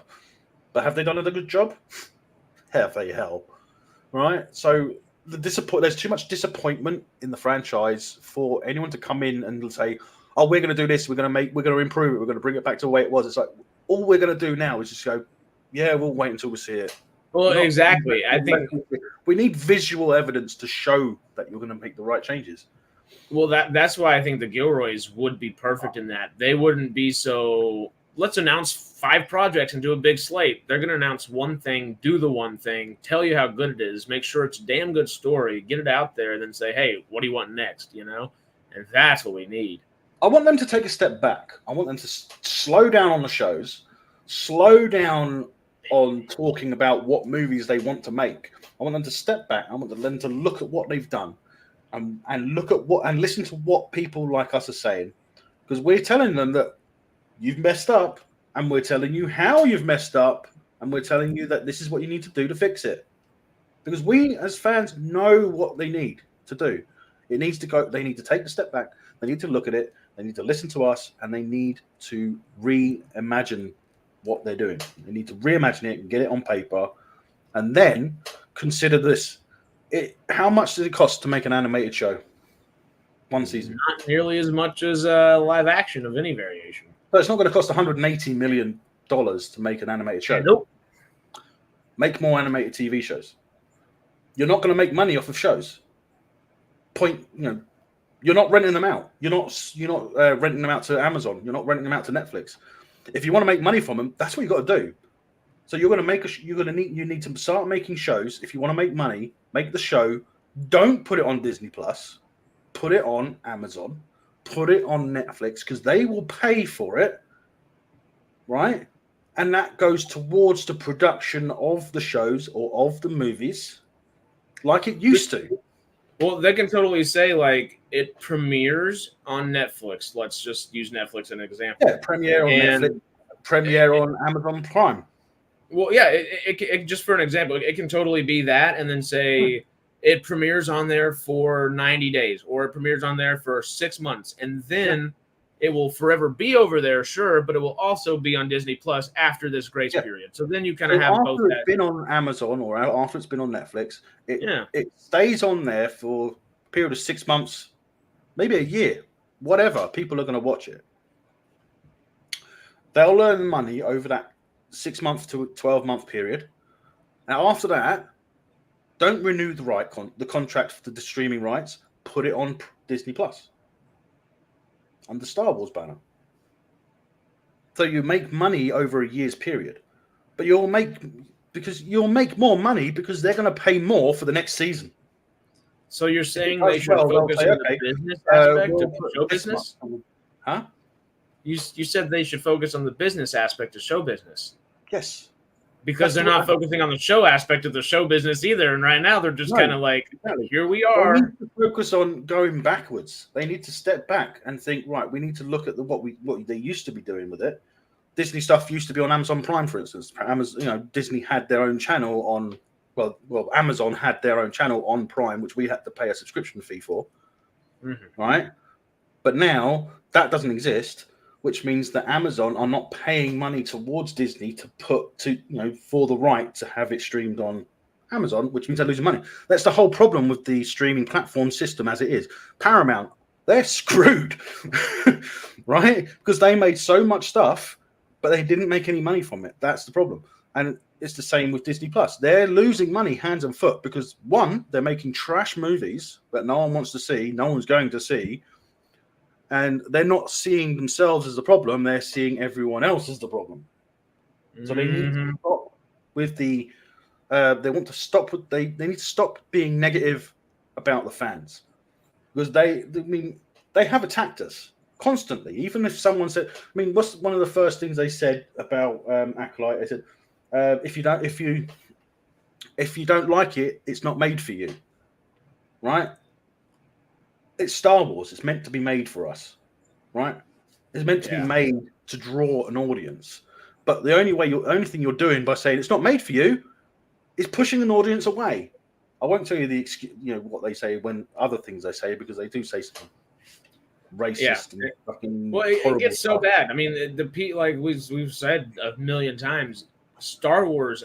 Disney in general, not just Lucasfilm and Marvel is probably a little lesser in this, and yes, is essentially everyone just wants everything. It exists everywhere now. It's been in Star Trek. It's in Doctor Who. It's extreme in Doctor Who, and it's everywhere. You can't look at a Marvel film now and say, is there DEI involved in that? I don't think so. You can't say that.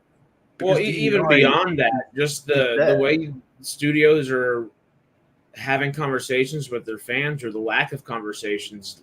Disney in particular has a huge HR and PR problem. PR, I mean, is the big thing. PR is their. They had a vice president get caught in an undercover video. Have you seen that?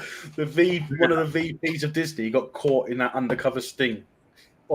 He thought he was on a date with two women, and they were secretly recording him, and he was literally saying what everyone's been saying about Disney: how if you're a white straight male, then they're not going to hire you, and he literally said it. And it's been going on. It's a 3-part thing that's been going on I think it's on X. Can't remember the channel though. It's weird. All right. But yeah. Well, we just hit 2 hours, 45 minutes. I'm with you, Sarah. I think it might be time to say goodbye. I think it has been a long stream. Political, but it's just the way things are right now. It is. And well, I mean, we talk about it on Tuesday. There's more to talk about on Tuesday.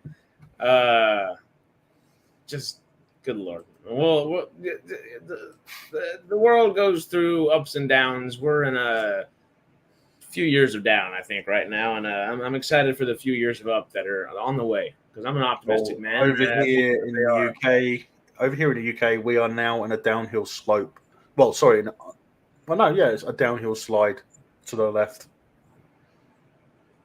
thanks to Labour's win. So that's I don't even know which side's which over there. I know I can't focus on anything. I barely can focus on the politics over here. It's just all BS.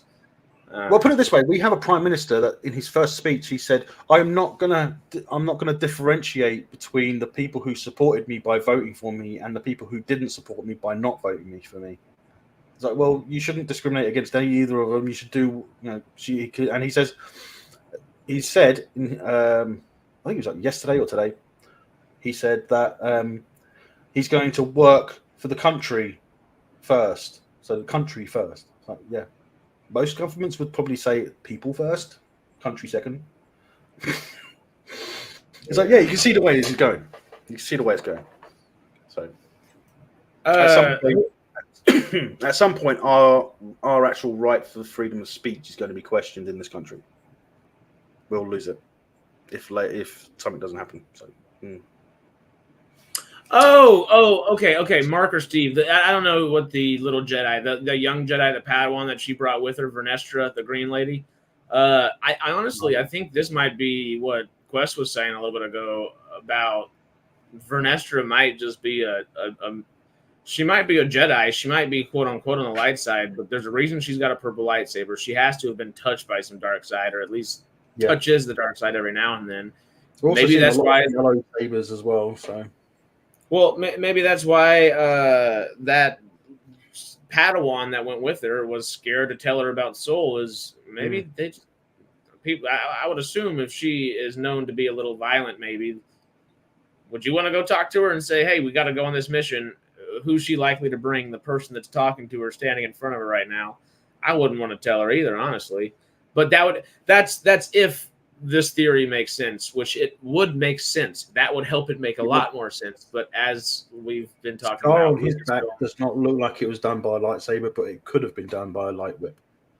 Well, yeah, the lightsaber whip has plasma in it, so it's not like it's not full. Yeah, but we know that you can change the length of a lightsaber blade, right? Mm-hmm. So can you actually turn down the intensity of the blade to make it so it's not so powerful as well? So maybe it would make sense for training, wouldn't it? Well, if she's adding plasma into a blade to kill. I mean, you don't want to spar with your Padawan and cut his hand off by accident, do you? So you turn the intensity of the blade down, wouldn't you? To make it so it'll maybe give a shock instead of burn your hand off. Yeah, like a quick burn or something, and you're like, because the burn does look electrical, but that whip is the only thing I can see in this show that can actually do it.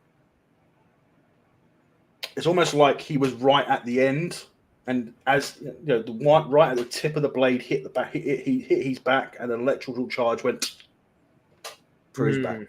That's what it looks like. It looks like an electrical burn. But is that lightsaber that type? I mean, did it look like it was electrical aspect to it when it cut that thing up? Because it kind of looked weird when it came flying up cut through that thing. And that little bug, yeah. Did it spark? I can't remember. It maybe not. Yeah, it kind of actually did look like it sparked because I guess it cauterizes the bug at the same time, so there are little sparks that fly off of it. Yeah, that would make sense. It's a theory that makes sense. Anyway.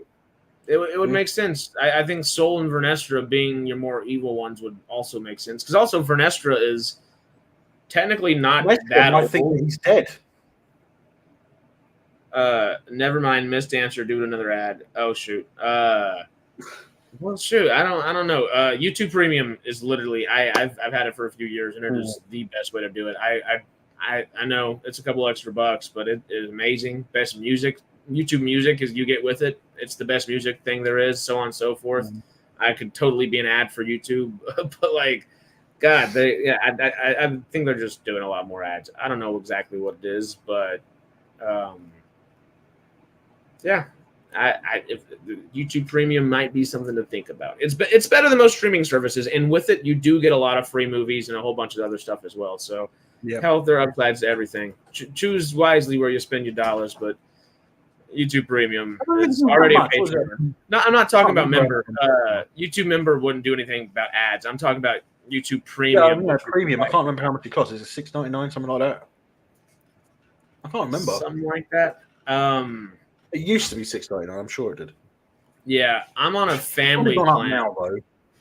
So it's a little different. Because I do that because my little sister has a Google phone and I do too. So we just it makes sense to have a family plan.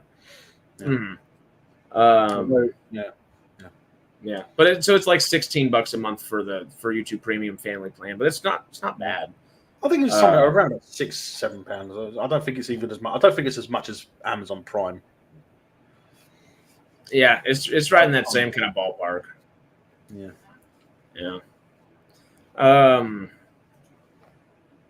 But yeah, light whips, everything. We'll be talking about those on Tuesday. It's going to be hopefully a good episode.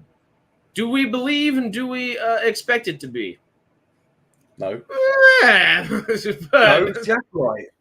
Exactly. What has been good about the Acolyte so far? Nothing.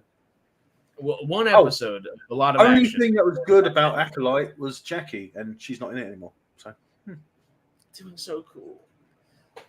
She was the last episode. She was doing the best stuff. Like Sol was doing a bunch of cool lightsaber combat. Yes, Jackie was doing cooler lightsaber combat, and I was like, if anyone's gonna do it, it's gonna be Daphne Keene. It's gonna be X-23 freaking. Well, the training was fresh in her mind because she was literally training with it like in the last episode before that. So. Oh yeah, that and then she's mind. been doing His Dark Materials, which is action centric. It's not action heavy per se, but it's action centric. So she's in the right motions, She seemed to be the most Jedi character as well, in my opinion. Yord seemed like the golden retriever Obi-Wan. Everybody else seems either pissy or screwy or traumatized, and I guess that's just that. Sure, people are like that way. There's a lot of different people. Or more concerned with steaming their robes. Yeah, where the generic, like the visualization of a Jedi and what they're about. Jackie's the person that stood by that the most out of everybody. I've never thought about a Jedi caring whether they get a bit dirty or not. I've never thought about that at all. Especially considering the fact that in the Phantom Menace you see Obi-Wan and Qui-Gon swimming in their robes. That's not exactly clean water, is it? I mean, that's just no, totally. And Obi-Wan would be the guy that you would think would be like, oh, get that dust off me, especially like Attack of the Clones and Return of the Jedi. Return of the Jedi. Look how scruffy Yoda looks in his robes. He doesn't exactly look clean, does he? Well, I could imagine that Jedi 900. think their robes like a karate gi. You get a bit of blood on your belt, that's there. You've earned that. But you keep your gi nice and clean. So you keep your belt. Who's got to give Yoda the sponge baths at the end of the day? Because he is 900. In America, is it $12? Jeez. Yeah, it is a little pricier. But you Isn't you everything get in America? yeah. But the good thing about that I will even give them a little bit of leeway is you do have YouTube Music, which is a bigger library than both Spotify and Apple Music, and you get every podcast that's on any Apple or Spotify, any podcast. Speaking of YouTube Music, I've been listening to Order 66 March, the March of the Clones. Yeah, where they're marching up the ramp to the Jedi Temple. Oh, amazing! A lot of CG right there, but it's still great. But no, like YouTube Premium is a little pricey for damn sure, but it is literally a streaming service times 2.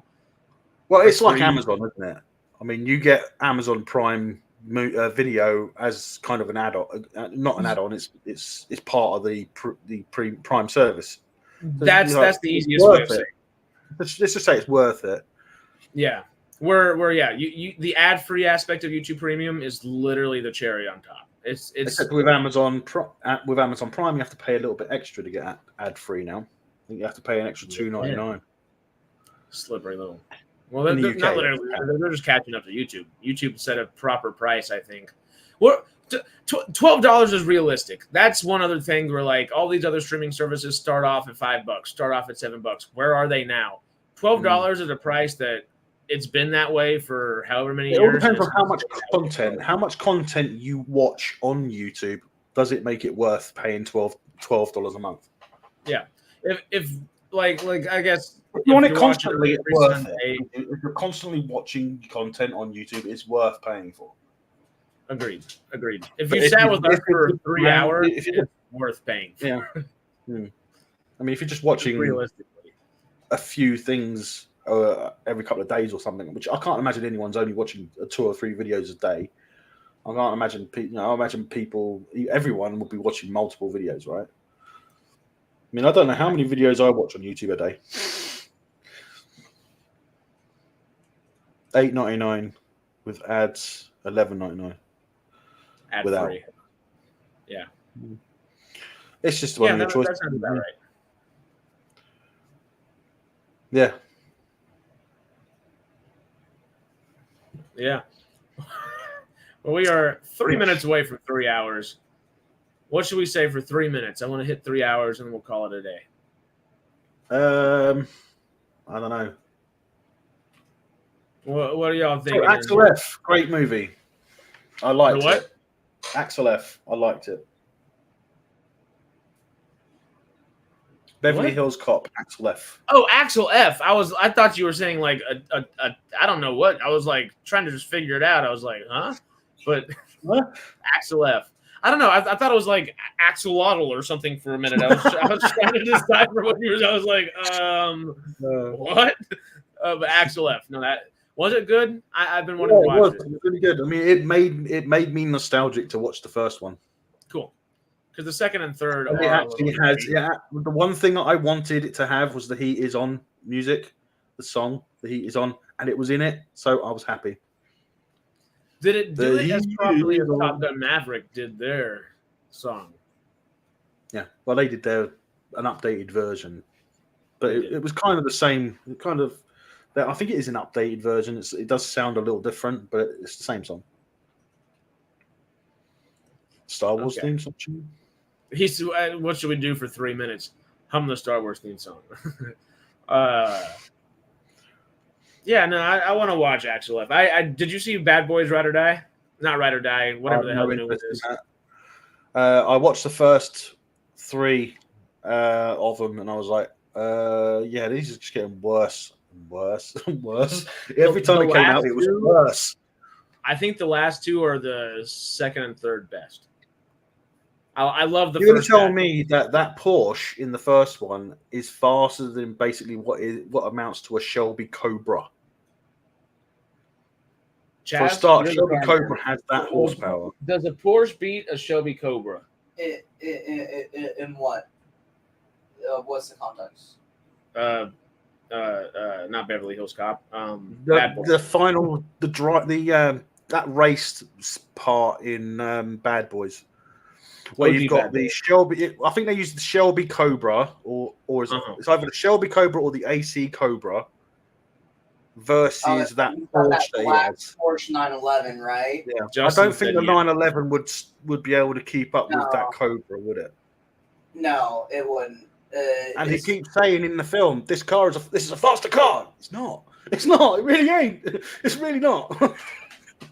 It technically speaking is a quicker car because it's 0 to 60 would be faster, but it overall handling and but that Cobra, speed is that go to Cobra would have been that Cobra was modified AC Cobra, modified by Shelby himself.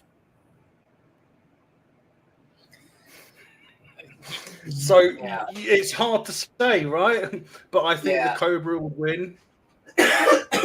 Cobra definitely wins overall, 100%.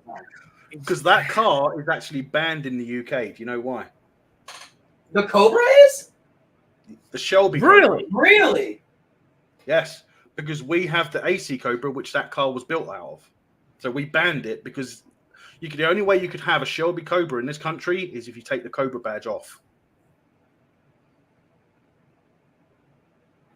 I have no idea. It's originally an English car. Okay, well, Justin's coming in here. He's saying a Cobra weighs too much. The Porsche would beat it. Like I said, it's quicker. It's quicker. It has the horsepower. 0 to 60. The Porsche will beat it on acceleration, but once it gets up to speed, the Cobra will. Yeah. It would win a quarter mile, but not a mile. No. Hey, and you know the best way to live life? Quarter mile at a time. That's my Fast and Furious. Unless you're in a Dodge Charger that does a wheelie, then you do a quarter mile, then see the rest of your life as you're flying through the air. Yeah. After the train hits you. A quarter mile at a time until you're either dead or you get far enough in your franchise where you actually are just in airplanes for the rest of the time now. And that's where they're at. You know? I prefer the term burn rubber, not your soul, man. Go rub it up your soul. No, burn rubber, not your soul. Oh, burn rubber, not your soul. Go rub it up your soul. I'm going to use that one too, though. But burn rubber up your soul is good. Or ride or die. Justin, do we need a quick debate on this? Justin's saying that I promise you guys, it's not going to beat it. The Shelby's not beating the Porsche. I reckon it will. Shelby has more horsepower. It is one. It has, and power to weight wise, the Shelby is heavier and it's got more horsepower. The Porsche is lighter, but at the same time, a Porsche 911 is not really one of the faster cars. There are a lot of cars that are heavier that beat that car. Top Gear's proved it. Top Gear's proved it in the past. Yeah, Justin's saying Cobra's his favorite car, but it just not fucking with 911. The 911. 911's rubbish anyway. 911's a Beetle on steroids. Yeah. You've seen The Dictator, haven't you? The Sacha Baron Cohen movie? I have, yeah. Do you remember one of the best scenes, one of the funniest scenes in the past 20 frickin' years was in The Dictator when him and his buddy, who's just made it to the U.S. or that he's catching up with that's been living in the U.S., they go hop in the helicopter to take the tour of New York City throughout the sky. And then the two older couple, they're just sitting right across the little helicopter, you know, just being quiet and timid. And then they start going, Justified, I know what you're saying, Justified. I know it's not the fastest car, but it is faster than a 911. I'm sorry. All right. Anyway, just that funny scene whenever they're like, "Your Porsche 911," and they're like, "Yes, 911, and they just scare the hell out of that older couple, and they get kicked out of the freaking helicopter. It's a great scene. Cobra's nowhere near the fastest. Yeah. But is it faster than a 911? We need. I don't know if that's in the sidetrack budget to get a Cobra and a Porsche 911 next to each other. I'm actually surprised that Top Gear or Grand Tour never did it. Yeah, that'd be a good one for Top Gear, especially those Top are two Gear. they're two different classic cars. That could be why. I get it. Yeah. Well, we are 3 minutes 5 seconds into this one. It's been a long stream, but a great stream. A lot of fun. A lot of good things talking about. I'm glad it stopped in. Yes, thank you. I'm glad you're doing well too. That you done spooked me for a couple of days there. Yeah, We've gone over the 3 minutes. My first video since my last, obviously, if that makes sense, was actually premiered sort of 10 minutes after. Well, it was premiered about 7 o'clock. So I'm Which back. Is about an hour ago. Yeah. So go check out Melvin over on Sci-Fi Quest, Sci-Fi Quest. I've got Star Trek Prodigy Season 2 video coming out tomorrow as well. Sweet. So I'm back. I'm back, baby. Yeah. If you want to come see us talk a little Acolyte, a little Star Wars, and old Justin himself will be here to debate cars as well. We'll debate the whole Unfortunately, I won't be able to do a Tuesday night video or anything. So. Because I've got to try and sort myself out. Well, then I'll start sleeping through the night, not sitting up and waiting. All right. Well, we'll see you soon afterwards then. Yep. Sunday, or if not before then. But Justin shall be there on Tuesday, so y'all come say howdy. Hopefully, we'll have Schmook. If we can get Nick back in, he's back home now, so hopefully that'll be good. Hope Acolyte keeps me awake this week. That is the damn truth. Yeah, sure. The flashbacks, even that could be iffy. Acolyte will be like, I'm going to stay awake for the Acolyte. Has it been on yet? I'm so glad because I don't think I'm an actual narcoleptic, but I should probably be tested for narcolepsy because I can fall asleep anywhere at any time. Give me 20 seconds, I'm there. When you say on here, have you liked Acolyte so far? No, I've liked elements of it, and I think I would have liked it as a movie. I think I actually would have really liked it as a movie, but there are a lot of the shows would be better as a movie. I think Kenobi, particularly Book of Boba Fett. Kenobi might have been a good trilogy, actually. Well, yeah, that's what it was written as. Warren Beatty had the whole trilogy, which would have been great. Reva would have made 1,000 times more sense. Would have been better for a lot of things. I reckon Rogue Squadron would have done a lot better than Acolyte as a series, even or a movie. Oh, in a big way. I think Rogue Squadron makes more sense as a series than a movie, honestly. And a lot of the things they've been, it's like vice versa. Kind of like that Horizon, the new Kevin Costner movie. I walked out of there, I was like, okay, this is an Acolyte, this isn't Kenobi. Usually I'm complaining about things that should be a movie. This should have been a TV show. Like, you know, it was the exact opposite feeling, and it was still like, it just, I don't get it because Kevin Costner, you would think he would have his finger on the pulse for what people want, especially whenever something like that over 3 minutes. Yeah, we're over the 3. But Costner, you would think he would at least have his finger on the pulse a bit more. I'm surprised he didn't. But after Waterworld and The Postman, which I do enjoy watching more than most general person. We have seen in the past what happens when he has full control and when he's got someone working with him. It's like a lot of people. They're great. They do great work when they've got someone there to keep an eye on them. But when they're left alone to do their thing, you get Zack Snyder stuff. Yeah. You get Snyder. Any good film that Zack Snyder has done, he's either had his wife or his son involved. That, and then, I mean, my favorite one he's ever done is Watchmen, obviously, and that had, maybe Alan Moore wasn't 100% involved, but you got to please Alan Moore to some degree. So that alone was kind of like reins that he just had to keep reining himself in, self-check, you know. But yeah, Dawn of the Dead and all the other ones, 300, those are kind of his better ones. And Well, I don't think 300. Personally, I don't think 300 was all that good, to be honest. I don't think it's a great movie. I think it's a really good movie It was for okay. what it is. It didn't deserve sequel, though. No, Was it? I never 300 even was saw the Rise of the Empire or something. Rise of an Empire. I can't remember. I just remember it had to do with Athens and Navy stuff. I never saw it. Oh, it was to do with the Persian fleet, wasn't it? There we go. Yeah. Okay. Yeah. And then the third one was going to deal with Alexander the Great, and he never got into that. Rogue Squadron, David. Rogue Squadron as anything would be good. I would love to see a live-action movie followed by an animated series, maybe. That might be good. Even with how bad frickin' Wonder Woman 2 is, I do like Patty Jenkins as a director. I've liked everything she's done prior to Wonder Woman 2.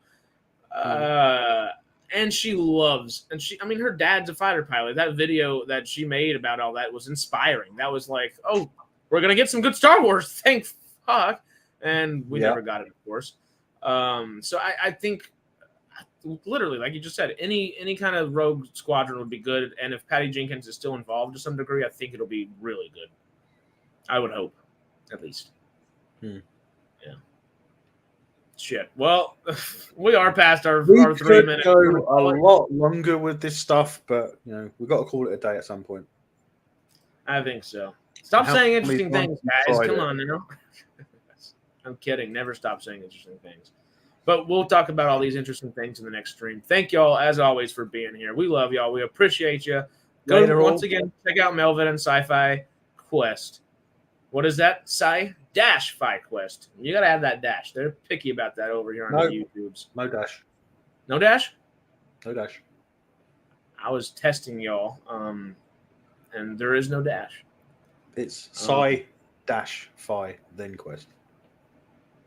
Oh, okay. That's what I meant. Yeah, that's what I meant. I guess I wasn't saying it correctly. Get it right, man. Jesus. Sci-Fi Quest. The ogre will come out. Y'all got it. What he said? What? Not that. No, not that one. This one. That one. But once again, we love y'all. We'll see y'all soon. Next time you should do a long stream. Next time I think we're gonna do a really, really long stream. It's gonna be next time we'll do a really long stream, but it'll turn out to be 10 minutes. Exactly. And we'll plan for a really short. We'll plan for a 42-second stream, and we'll stay on for 14 hours. It just depends, But that's all we got from today. We'll see y'all on the watch party on Tuesday. Y'all go check out Melvin's video that he released an hour ago, and see you soon. Later.